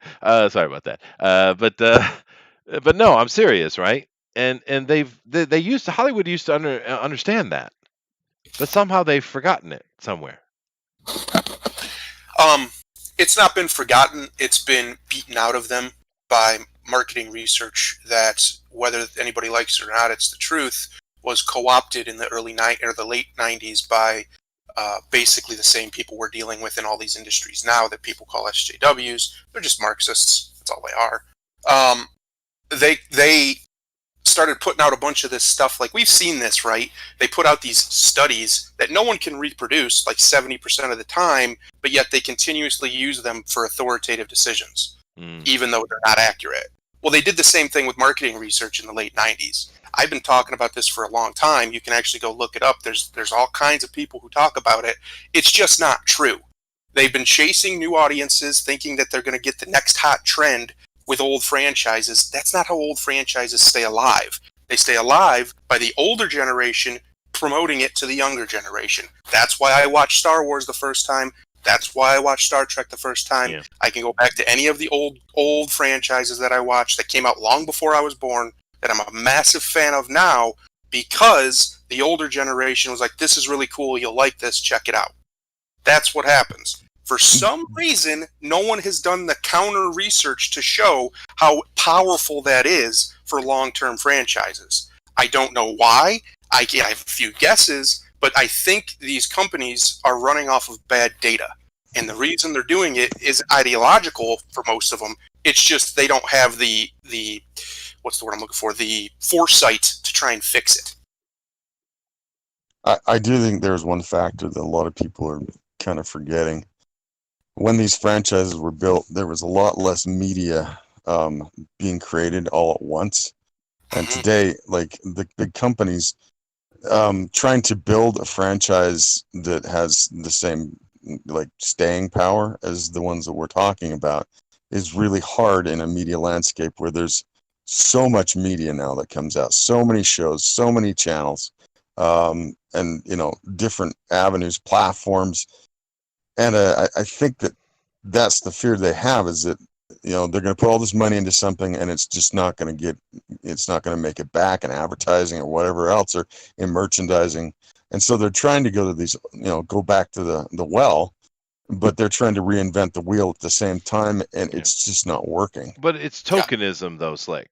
And Thundera mentioned that. I'm sure we've mentioned it before. Taking something and saying, look, don't you remember this thing? And then not actually using it. They do that all the time, dude. It's just, hey, remember this thing? Hey, remember that thing? And it's just nonsense. Yeah, It's complete member nonsense. berries. Yeah, Yeah, that's exactly right. And Dave wins the century, by the way. He says, they forgot the 203rd rule of acquisition. New customers are like razor tooth ghee worms. They can be succulent, but sometimes they bite back. Claps for this is Dave. true. Claps for Dave. Dave gets claps. That's awesome. But anyway, I brought this up just because Jeffrey Combs really, and the fact that he's throwing a little shade. But I have to tell you, if you haven't seen Enterprise and you haven't seen the interaction between his character Sharn and Archer, you're missing out because he's every time he's on screen, he just devours it. He owns it, right? But Yeah, when he's a scene eater. he is. But when he's on there with Archer, some of those quiet conversations, man, it's some of the best acting you'll see. Telling you. Telling you. Well, that was one of the things that made Star Trek what it is. As far as now, obviously not in the original iteration, but sometimes, but not usually. But in the next gen and in the original movies, it was the scenes. It wasn't necessarily the show itself. It was the incredible acting you could get out of some of the scenes, That's right. some of the moments. That's what made it so special. I mean, anybody who's a Next Generation fan knows when I say there are 4 lights, you immediately know what I'm talking about. Yeah. You know it instantly. It's in your brain. You could do the same thing with the movies, both generations of the movies. And you broke your toy ships. Everybody, if you know what I'm talking, Star Trek, you know what I'm talking about. Mm-hmm. Yep. That's these kind of actors like him, and obviously like Patrick Stewart and others, are capable of doing that. And it wasn't necessarily the narrative stories that made the show so popular. Not as like a whole overarching thing. It was the ability to pull people into these unbelievable acting showcases that some of these guys could pull out of nowhere in a show that you wouldn't necessarily expect it in, right? It's not a high drama show. It's usually more lighthearted, or at least not as serious in so far as Breaking Bad or something. But they could still pull out these unbelievable, incredible performances and bludgeon you over the head with them out of nowhere. Yeah. And that's what made Star Trek what it was. Yeah, you're right. You're 100% right. And of course, Patrick Stewart is kind of low-hanging fruit. He's a Shakespearean actor. He's badass. Yeah. But Star Trek actually is so awesome in that way that it made Whoopi Goldberg valuable. Yep. Yeah. Her role as Guinan is the best work of her whole career, Yes, and she's one of the best recurring characters in Star Trek history. Yes, yeah. And that was a joke, but it was also very serious because Whoopi Goldberg started as a comedian who was clearly not funny, not even a little bit funny, right? And she was taking that easy road that most black comedians do. Hey, white man, right? That's what she did, and she wasn't even that. With that, she wasn't funny, right? I've never seen any value in Whoopi Goldberg and never understood why she existed in Hollywood until you see Star Trek and they're like, oh, okay. Right? Well, seriously. Yeah, she was very good as Guinan. That was a great casting choice, and she had enough clout at the time. It really brought eyes to the show. It was a good decision all around. Anyway, and of course, DeWolf makes a great comment. All the while, younger folks are watching Friends on Netflix. Exactly. Yep. Yeah. I mean, it's just you lose kids from around the age of 14 to 16, depending, girls are a little earlier than the boys, till around their mid-20s. You lose them. You do. And you're going to lose them. And if you're a creator and you're trying to make something new and hip to catch on that and make some money off of that over that short period of time, you should do that. Go for that. But the patient long play with the young generation is to simply stick with what works. Right? So they have the two options. The problem is don't take an old, established, successful thing and try to make it the hip young thing. That just doesn't work. Make something new for them. Have you noticed though that also they've tried to abandon traditional storytelling and just leave it by the wayside? The steps are not there anymore. If you look in a lot of shows, they leave out the structure and it falls flat. A lot of shows fall flat because of it. Yeah. Well, I mean, look at it though. They're dark, They're angry. There's no Yeah, happiness. they're There's no angst, hope. There's ennui. nothing. It's all in there. Right. Yeah. Well, that's why I stopped watching The Walking Dead. My wife watched it longer, but I stopped because The Walking Dead had zero hope in it. What the hell I want to watch a show like that for? And that's what they do. That whole Discovery thing, and the Picard one in particular, there's nothing but a bunch of angry, drunk, vulgar people. Have you ever even watched a single episode of Star Trek? It is Well, about it the seems whole this thing's about hope this generation is wallowing in dystopia. in their own frickin' diarrhea is what they're doing. Yeah, yeah, and they think they live in a dystopia, which is really Not weird. true. Best time to be alive ever. It's not right true. now. Yeah, I feel like this is the best time in the history of humans, and they're saying this is so terrible, and then No. it reflects in their media. Yeah. It's just so irritating to me, dude. And they keep doing it over and over and over and over.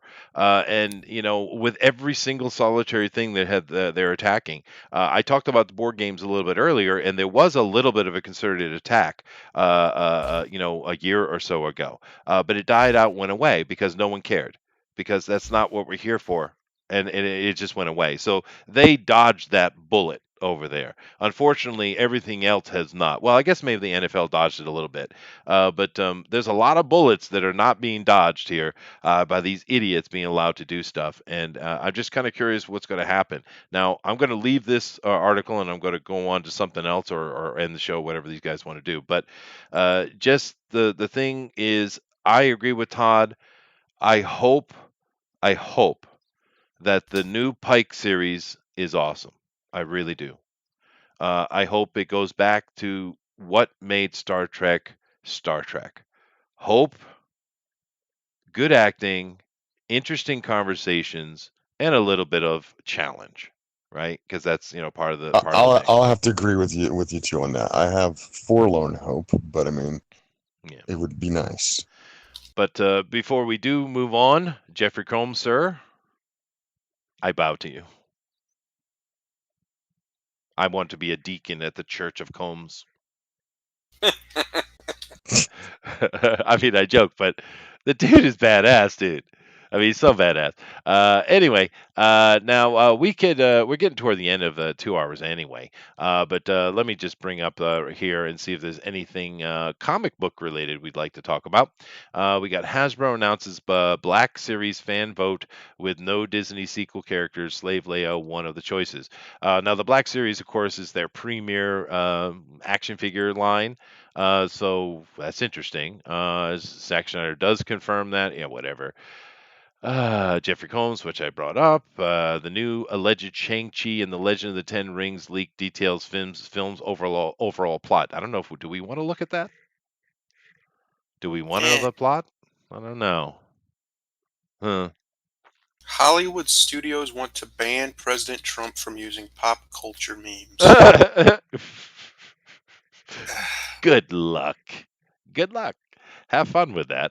You go ahead and waste that money on that, guys. You have fun. Yeah, there's so much money to spare. Go ahead. I'm just saying, Hollywood, how would you go about that? How would Hollywood studios? How would you go about banning the president's free speech? How would you do that? Just curious. Yeah, I don't know. I don't know, but I think it just underlines everything we were just saying here, or at least what I'm saying. These people are very obviously anti-free expression if they want to take away the president's ability to express himself freely. Did you cover that Ruby Rose is leaving? No, we can mention it though. It's just like, yeah,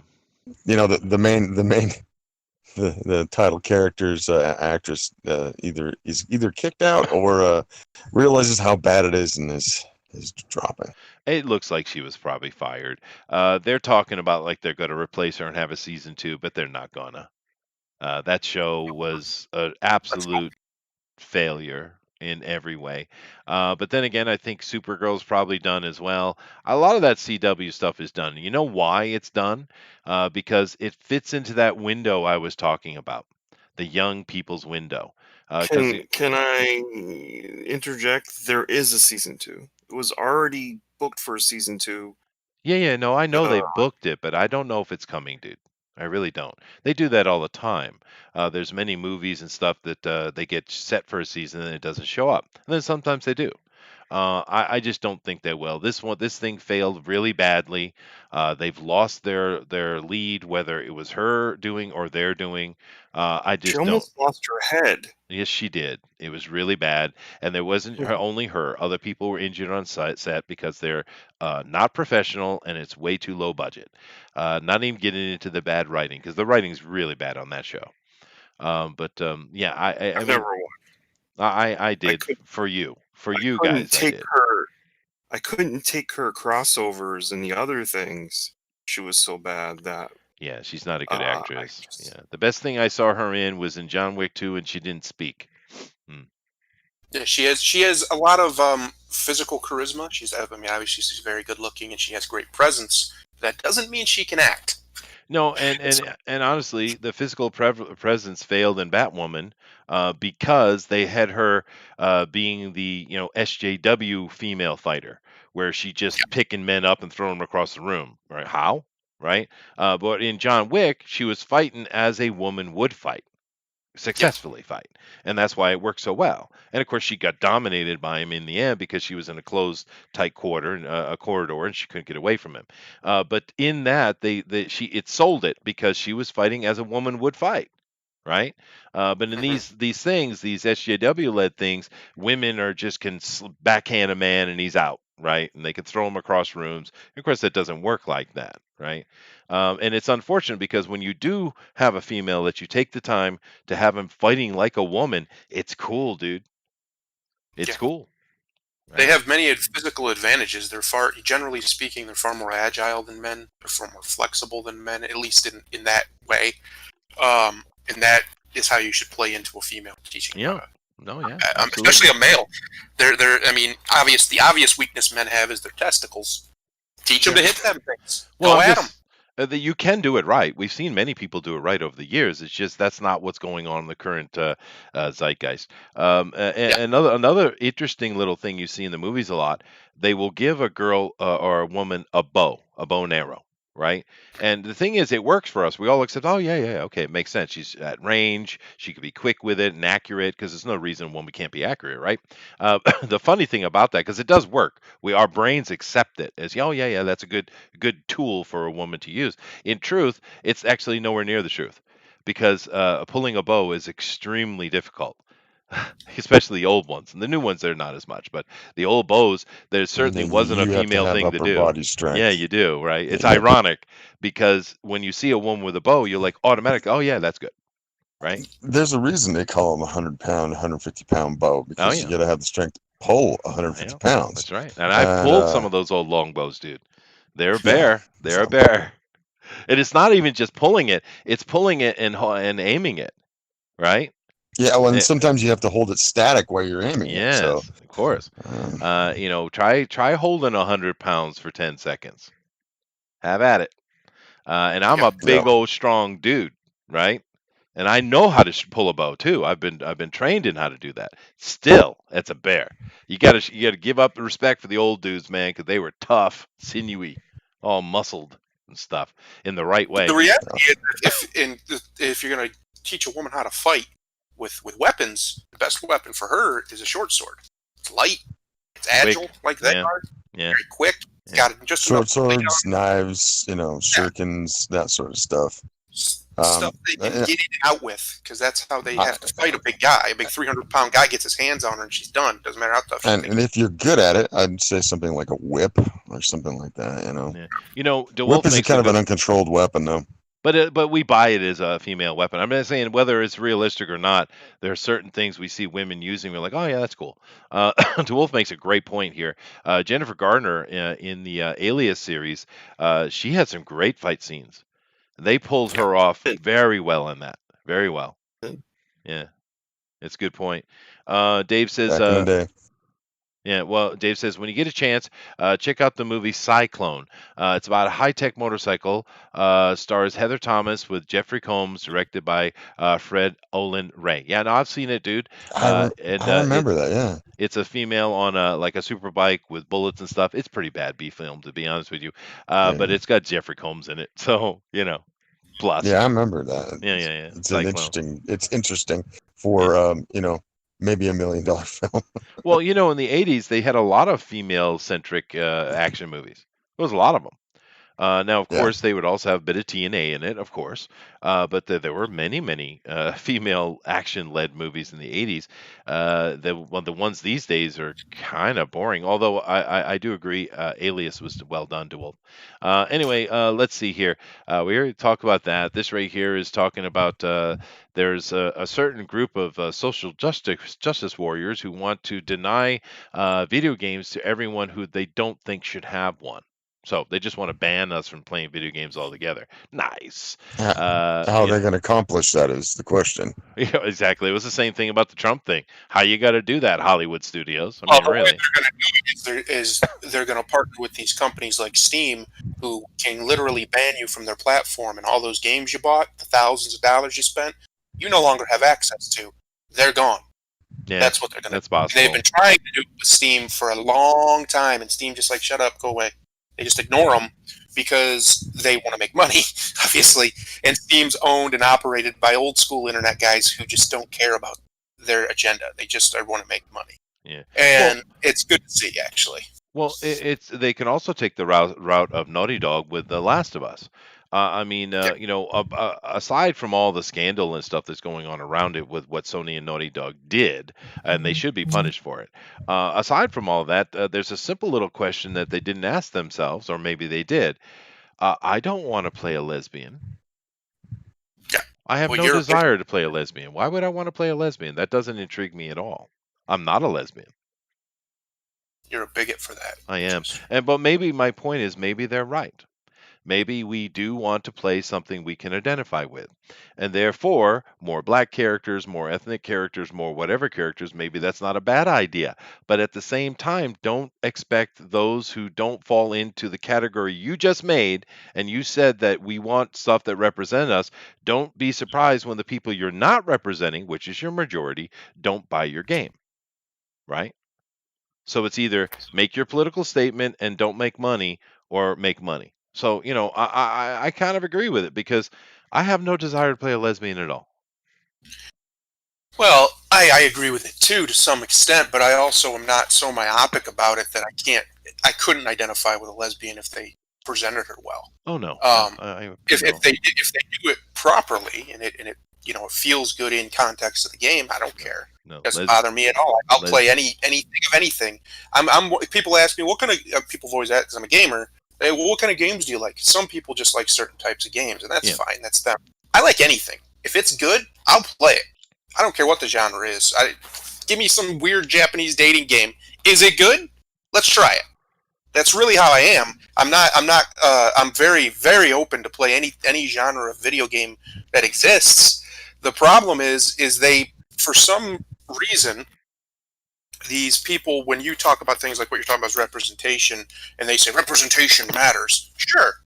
Sure, you want to have something with the character you can connect with. But if the only thing with the character you can connect with is completely tertiary characteristics, like, according to them anyway, tertiary characteristics, like race or gender or even sexual orientation, if that's the only thing you can connect with, the problem is you.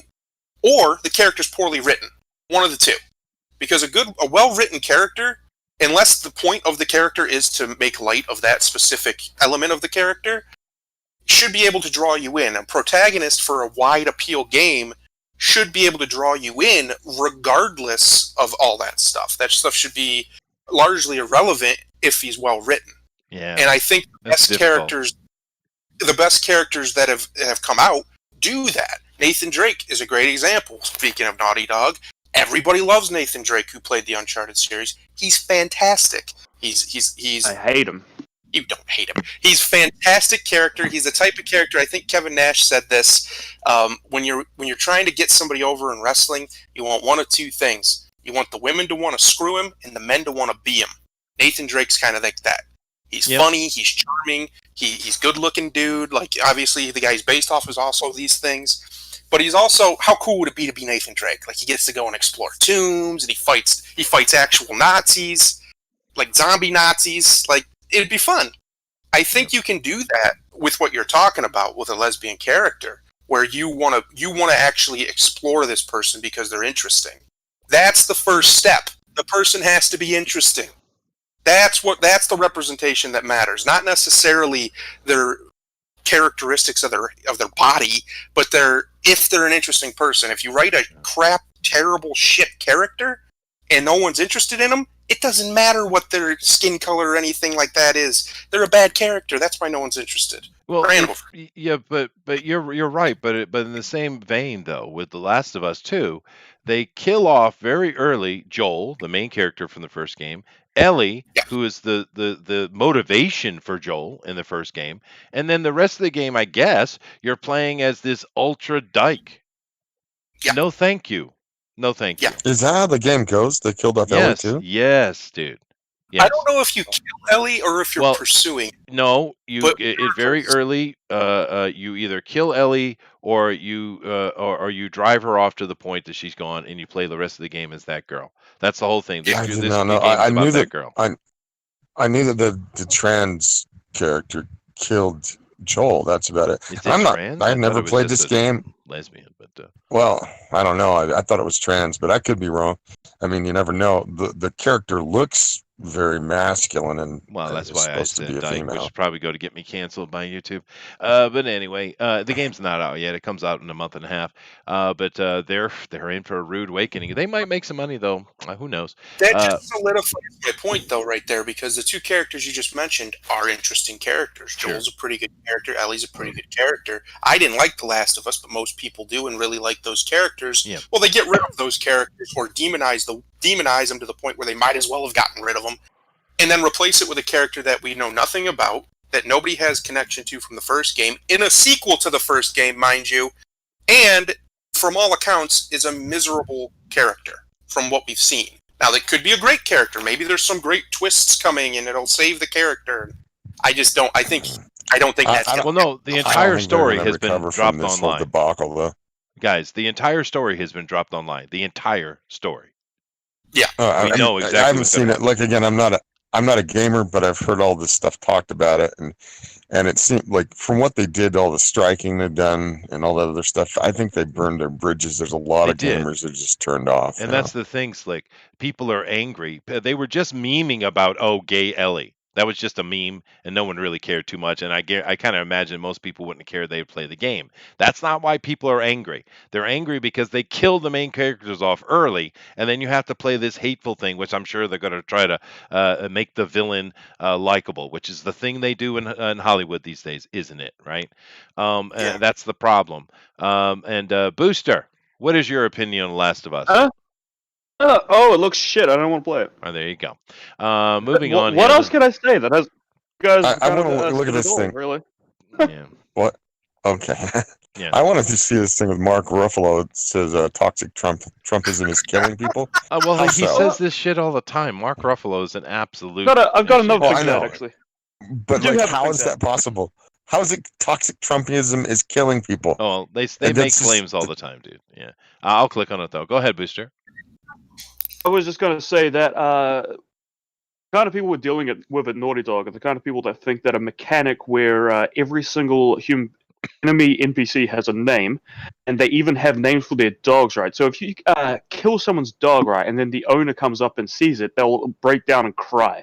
Yeah. They think that's a they think that's an interesting mechanic to add to a game. Yeah. Mhm. Same thing This with is- making These are deeply miserable people. It is. Well, the same thing with saying orcs is racism when they and all the other thing like Skrulls and things like that, they're simply a generic enemy, right? A Mhm. thing to be hated so you can get the emotion of the watcher or player up. Anyway, Marvel Studios Hulk actor Do you Mark feel Ruffalo bad claims. for playing this game?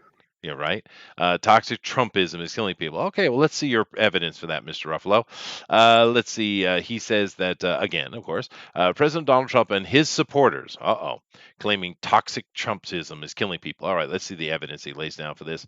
Okay, wrote, some Republicans see the writing on the wall. They are delineating themselves from toxic Trumpism. Well, you do realize, dude, the Republican Party is 100% and completely unified, which is shocking to me because we had these good dudes called Never Trumpers, and I don't know where they went. What happened to the Never Trumpers? because A lot of them went and joined the Democrats, like officially. A few of them, in fact, have even said so oh, fine. that they were Okay. joining. They can't be part of the Republican Party as long as Trump's in, something like that. All right, fine. So they've moved themselves along, but the Republican Party itself is very unified. I don't know what you're talking about, Mr. Ruffalo, unless that's what he is talking about. He shared that the Lincoln Project's Twitter feed. It reads, "Welcome to this week. Nearly 90,000 American lives have been lost. The virus is still spreading. It's slowed way down, dude. And Donald Trump continues to deny and deflect, failing the people he was elected to serve." Okay, so true, kind of true. Where's your evidence? Where is Donald So Trump continuing to deny and deflect anything? What he keeps doing is referring to his medical people that have been put in place because they're the experts on the matter. So where, I get it, 90,000 people dead. Yep, the virus is still spreading. Well, kinda. Donald Trump continues to deny and deflect. This is a lie. Have you guys seen him deny and deflect anything at all? At all? well, he has disagreed with Fauci, but I mean, it's Yeah, not but like vitriolic. no, I but mean, not even. He's not denying anything. He says you're no, right, but we also have to take into account the financial economic disaster that is ongoing. That has to be balanced. He's not denying anything at all. He's just saying that which is worse. The cure cannot be worse than the disease. That's all he's doing. He's not denying anything that Fauci says at all. And if you don't believe me, go watch it yourself. So I'm not disagreeing with you. I just think it's kind of just the mindset that like it's Trump's fault that people are dying. 90,000 people have died. Again, like, and we've talked about this. Have we? Can we delineate which ones have actually died of COVID completely, or they just had COVID when they had some other extenuating that is circumstances that true. killed them? That's true. Yeah, You yeah. know, That's true. But I mean, the video itself, which I'm not going to play it because I'll certainly get a copyright strike for it. The video features a voiceover that states nearly 10,000 more Americans will die. Well, that's an assumption, but say they're right. Millions more will file for unemployment. Small businesses are dying. We are not testing enough. Well, that's not true. America has tested way more than every other country on the planet. What are you talking about? America, that's the reason why we have such big numbers, because America is testing ridiculous numbers of people. Once again, a yeah. lie. You keep saying we I went and again. got tested. Yeah, I, they do. So I mean, I'm one of the people that went and got tested, and it wasn't hard. And if you wanted to, they have these things set up, and you can go do it. And it's not real expensive, and it's not as invasive as everybody says it was. And took me about 20 minutes. Yeah, and a lot of people have. Now they haven't tested every human in the country, but they're way ahead of everybody else. But the the thing that's interesting for me is they killed their own argument right in the first statement. 100,000 deaths and growing. Okay, millions more will file for unemployment. Small businesses are dying. That's the point the president is making. So you agree Yeah. with him then? All right, good enough. Moving on. Just to give you a little background on the Lincoln Project, it's the same people, if I do remember correctly, who, if you remember in 2016, Mr. McMuffin, as he was called, Edward McMillan, I think his name's Edward McMillan or something like that. He's some random Mormon obvious deep state operative who literally was, I'm not making that up, that he worked for the intelligence agencies and such. And he decided to run against Trump to try and, basically to try and keep him out of office, try and take enough votes away from him so he wouldn't get elected over Hillary. These are the same people. You wanted to find the never Trumpers? Here they are. These people are deranged and well, they're really dangerous because what they're saying is obviously ridiculous. They're trying to blame the president, the same president who in January was called a horrible, evil, racist xenophobe for closing the borders to China and Europe for the disease that he tried to stop. Bullet. Yeah. No, you're right. You're right. Yeah, but look at this other earlier tweet he had because they're showing the consistency of Mark Ruffalo's TDS. It makes you wonder what people consider to be good, right, and kind-hearted. What is actually at the soul of America? Is it actually good? Is it actually righteous and fair-spirited? This is perverse. So what he's comparing here is this thing that shows that a little black girl is showing that Flint, Michigan has been without clean water since April. Well, you know what? Michigan needs to deal with their shit, right? Yeah, whose fault is And that? whose It's the fault is that? municipality isn't getting their stuff together. The state hasn't. Does it take the federal system to No. come in and fix your water? My Because God. locally, our water is done by the municipality. What are you talking about? It's ridiculous, dude.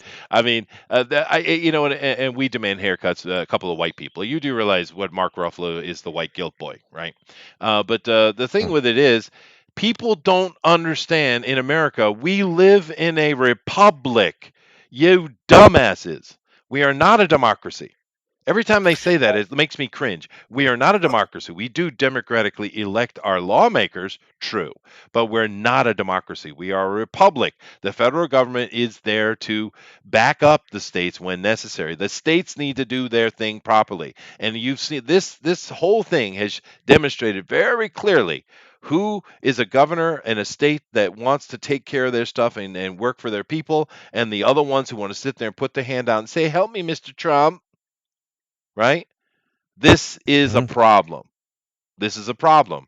Yes, I agree with you, Mr. Ruffalo. Michigan needs to get their things taken care of. But yet you're this is clearly you complaining about white people and Trump. But here's the thing. You're the Michigan ultra liberal SJW governor that they have over there. Is she doing anything about this? No. She's smiling for the camera and trying to position herself to be in the vice president elect position with Biden or whoever they put in. That's what she's doing. That's all she's doing. She's not helping these people in Flint. She's doing nothing for them. And that's a pretty standard thing. Like that lady over in Atlanta that the Washington Post just wrote that big glowing write up. I mean, my God, dude. Just lapping on praise on this woman who has done nothing. Nothing at all. Right? And why? Because they want her to be the vice president. Right? This is just nonsense. It's complete myopia.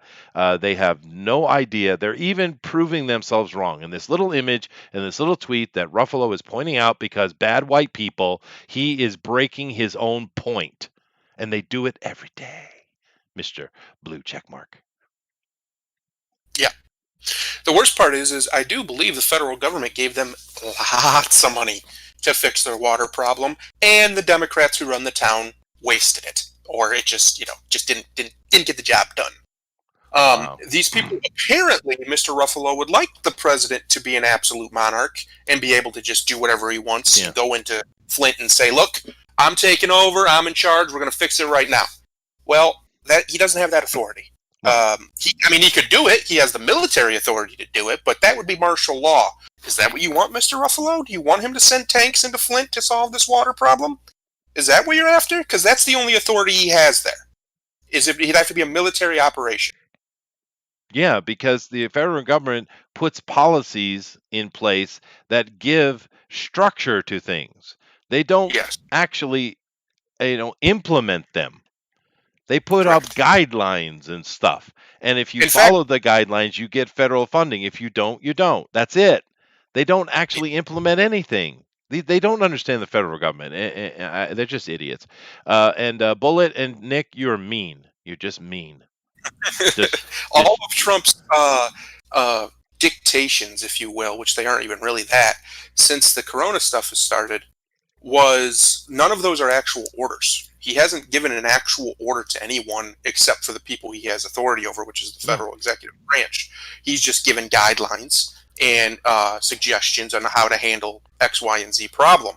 The people who have put these things in place that the leak of Republicans are blaming Trump for, the things that actually shut the economy down, were the governors of said states. Now, Trump supported their decision and encouraged them to do it at first.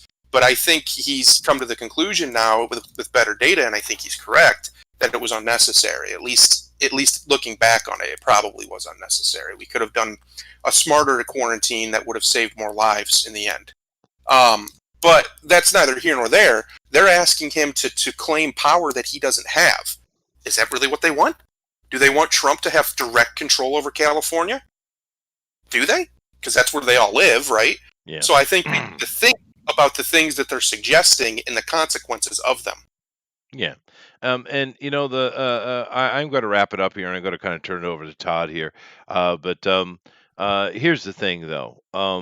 How shocked are you guys that Trump turned out to be the constitutionalist that he is? I mean, I'm shocked. In 2016, because he was seemingly very belligerent on the Constitution, and I didn't want to vote for two. If my choices are two people who both seem to hate different aspects of the Bill of Rights, well, I'm just not going to choose either one of those people. I want all of the Bill of Rights intact.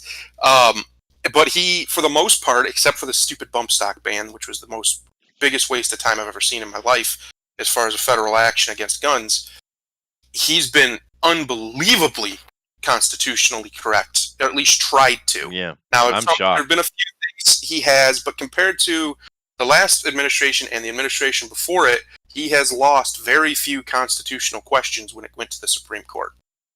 Yep. That's just the truth. Yeah, it's shocking. And Nick's talking about how Ruffalo is rich and wants to know why he's not a Republican. Okay. And Nick C makes another good point. Who was president in 2014? Of course, Obama was. And why didn't Obama do anything about Flint, Michigan? Because he doesn't have the authority to do so. That's why. Yes. He can bitch and moan and whine and try to guilt you into doing something, but he doesn't have the actual authority. Aside from him bringing National Guard in, which would be a scandal unto itself.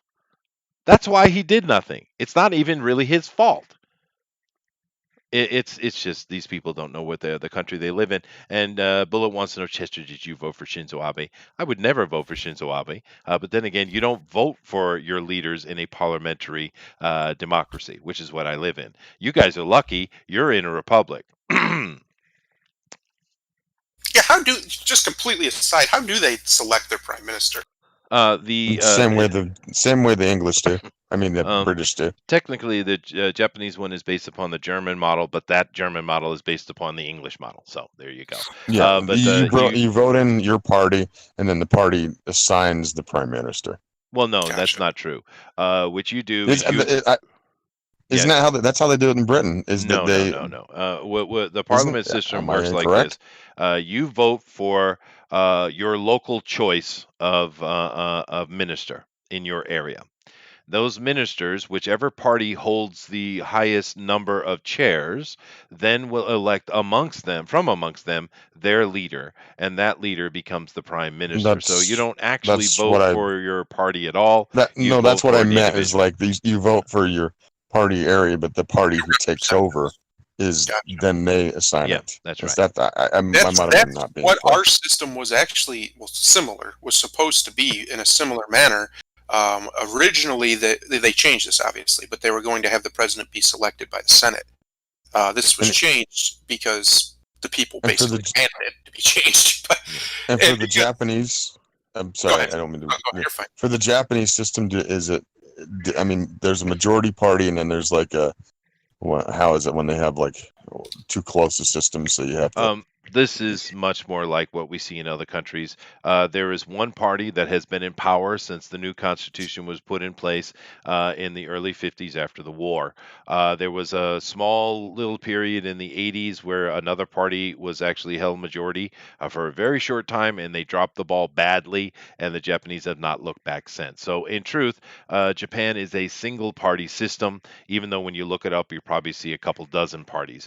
But there is only the liberal party in Japan, which is weird because they're conservatives.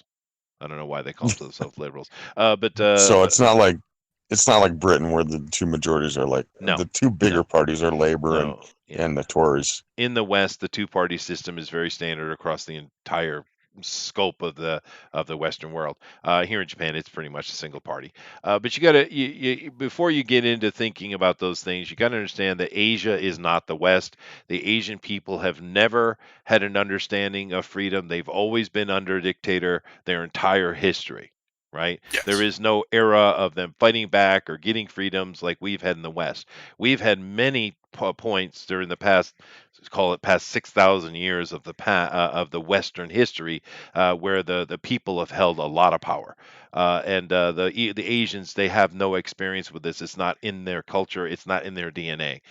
So for them to be led by a single party or dictatorial system, it's just normal. Now I think the Japanese and the Koreans and some of these countries are pretty lucky that the Western system is kind of mitigating that kind of situation a little bit. So it's all good. In a way, but it's not hard once you live here to understand how the Japanese people, who seem so nice and kind and sheepish and humble and yada yada yada. I mean, all that. I just use Japanese, etc., etc., etc. It's once you live here, it's actually easy to understand how they did what they did in World War II, because they're sheep, dude, and they have been sheep for thousands of years. All Asians are this way. Hmm. Yeah. So anyway, Even the Mongolians. even the Mongolians, yeah. It's just their culture. Now, I could go into a historical diatribe if you'd like on how that came to be. Well, No, we'll save that for another day. All right, fine. we'll save that for when Model's around. Yeah, he gets all, he loves it when I do that. No, I love it too, but I'm not sure. Like we're up to time, so as well. We I'm are. just kind of thinking, yeah. It is pretty fascinating, how that came to be. But anyway, let's end our show here, and we're going to. Well, first, I'm going to let everybody here have their closing statements, and then we're going to let Todd finish. And I know he wants to talk about Florida Man, so we're going to let these other guys do their thing, and then we're going to let Todd take and finish the show for us. So, Thundera, you got any closing statements, dude? The only thing I have to say is Saturday, 8 p.m. in the FanSpeak Discord server. I'll post the link to it here in just a second if my computer will quit having a aneurysm. We will be watching What We Do in the Shadows, the movie, at 8 New p.m. Zealand one. time. Yes. Yeah, it's a good Booster, one. will you be there? Do you know what's going on with your schedule yet, or? I should be there. Okay. hopefully. So luckily We'll you'll have Booster to entertain you because Just I'm got not called very in for tomorrow. Oh, jeez. But yeah, 8 p.m. Eastern Standard Time if you want to watch the movie with us. We're just going to hang out in there. You don't have to talk or anything. You can just mute yourself, or if you don't have a mic, you don't even have to have a mic. Just We can hang out in talking, there. watching a movie. Yeah, we're going to watch And- the movie. Yeah. Yeah, and Fucking we'll rude. I'll see you guys then. If you have any questions, just go ahead and ask me. I'm on Discord right now. You can DM me, or you can just ask it in the general chat. Mhm. Other than that, we'll see you DM guys later. Booster, say how you doing. Yeah. Yeah, Yeah, I think you're although- really funny and cute. don't encourage him. Jeez. Don't. Do you have a GF Booster? You know, Oh God, you're a real cutie. But to be fair, Booster, I will mock the werewolves when they come on screen. I have to. But you should, will. but they're hilarious. They are. It's Reese Darby. Yeah. Anyway. All right, let's go over. Well, Booster, go ahead. I'm Booster Kiwi. You know who I am. I'm on YouTube. I'm on Twitter. I'm around. I just sit here. I mumble every now and then. Sometimes get up and leave when these guys are talking about shit that's boring me because I need to brush my teeth. Make noodles, which I did. Mhm. Nice. Yeah. Because listening to you guys talk about Star Trek is like watching Star Trek. Oh wow. See, no, it's fair. That's the point Slick made right there. There it is. There's your demographic. Yeah. There we go. Those Abrams movies, though, I really like how they up the action. Oh boy, I'm gonna eviscerate this. All right then, Slick. Go ahead, dude. I'm Slick Jimmy. You can find me at Slick Jimmy Love on Twitter and Slick Jimmy Speaks on YouTube. You can see the Cheesecake Challenge every Monday night, 9 p.m. Mountain Standard Time. And if you want to go check out my book on Indiegogo, it's still there in demand. We just finished the first lettering phase, and we're doing editorial right now, which I discovered I needed some editorial because I've gotten a lot of feedback from my beta readers. And yeah, so it's still a continuing process, and hopefully I'll polish it up and it won't be such a turd. Have a nice night. Thank you, Slick. And Booster is an absolutely awful human being, disrespecting Roger like that. It's horrible. Horrible. How dare you, How sir? dare you? How dare you?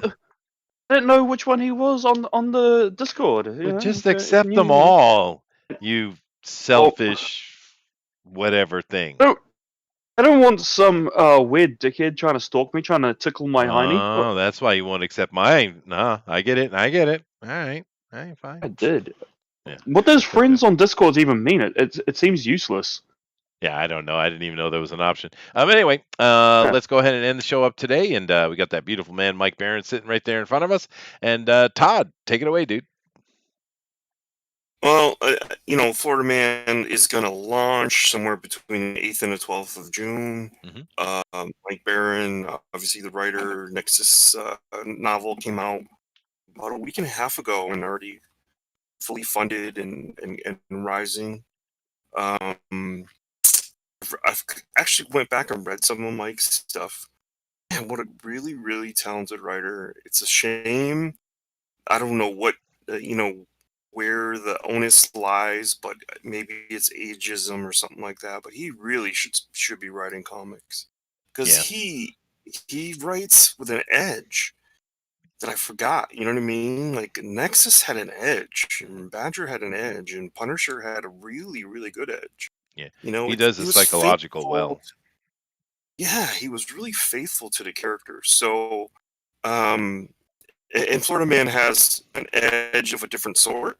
So hopefully you guys will get over there to the landing page and that I put into the chat and get in early because there's an exclusive giveaway for those who got in early.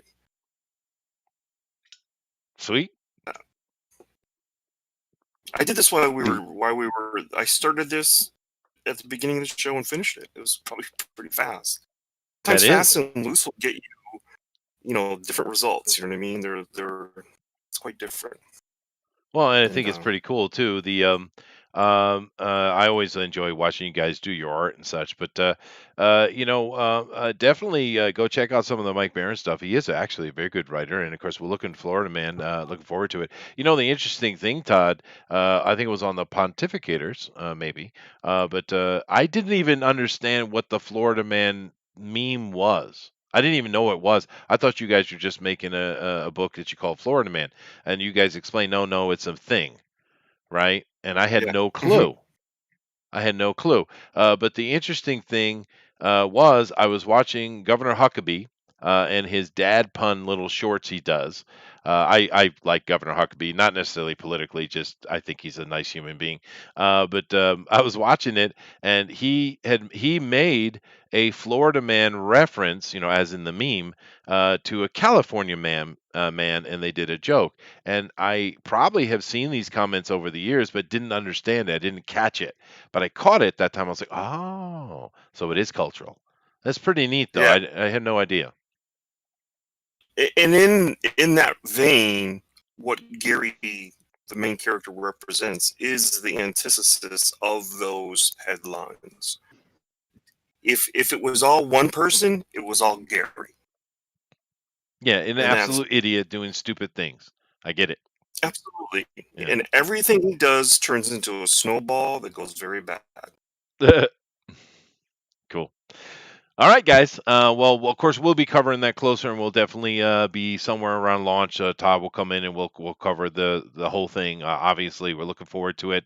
Not only has it got great art from Todd, of course, it also has Mike Barron, which he's certainly a fan of the show, and we're fans of his, and very happy about it. But nevertheless, we're going to get out of here. Thank you all very much. Stay safe, and hopefully your lives are getting back to normal. But yeah. Later. I love you.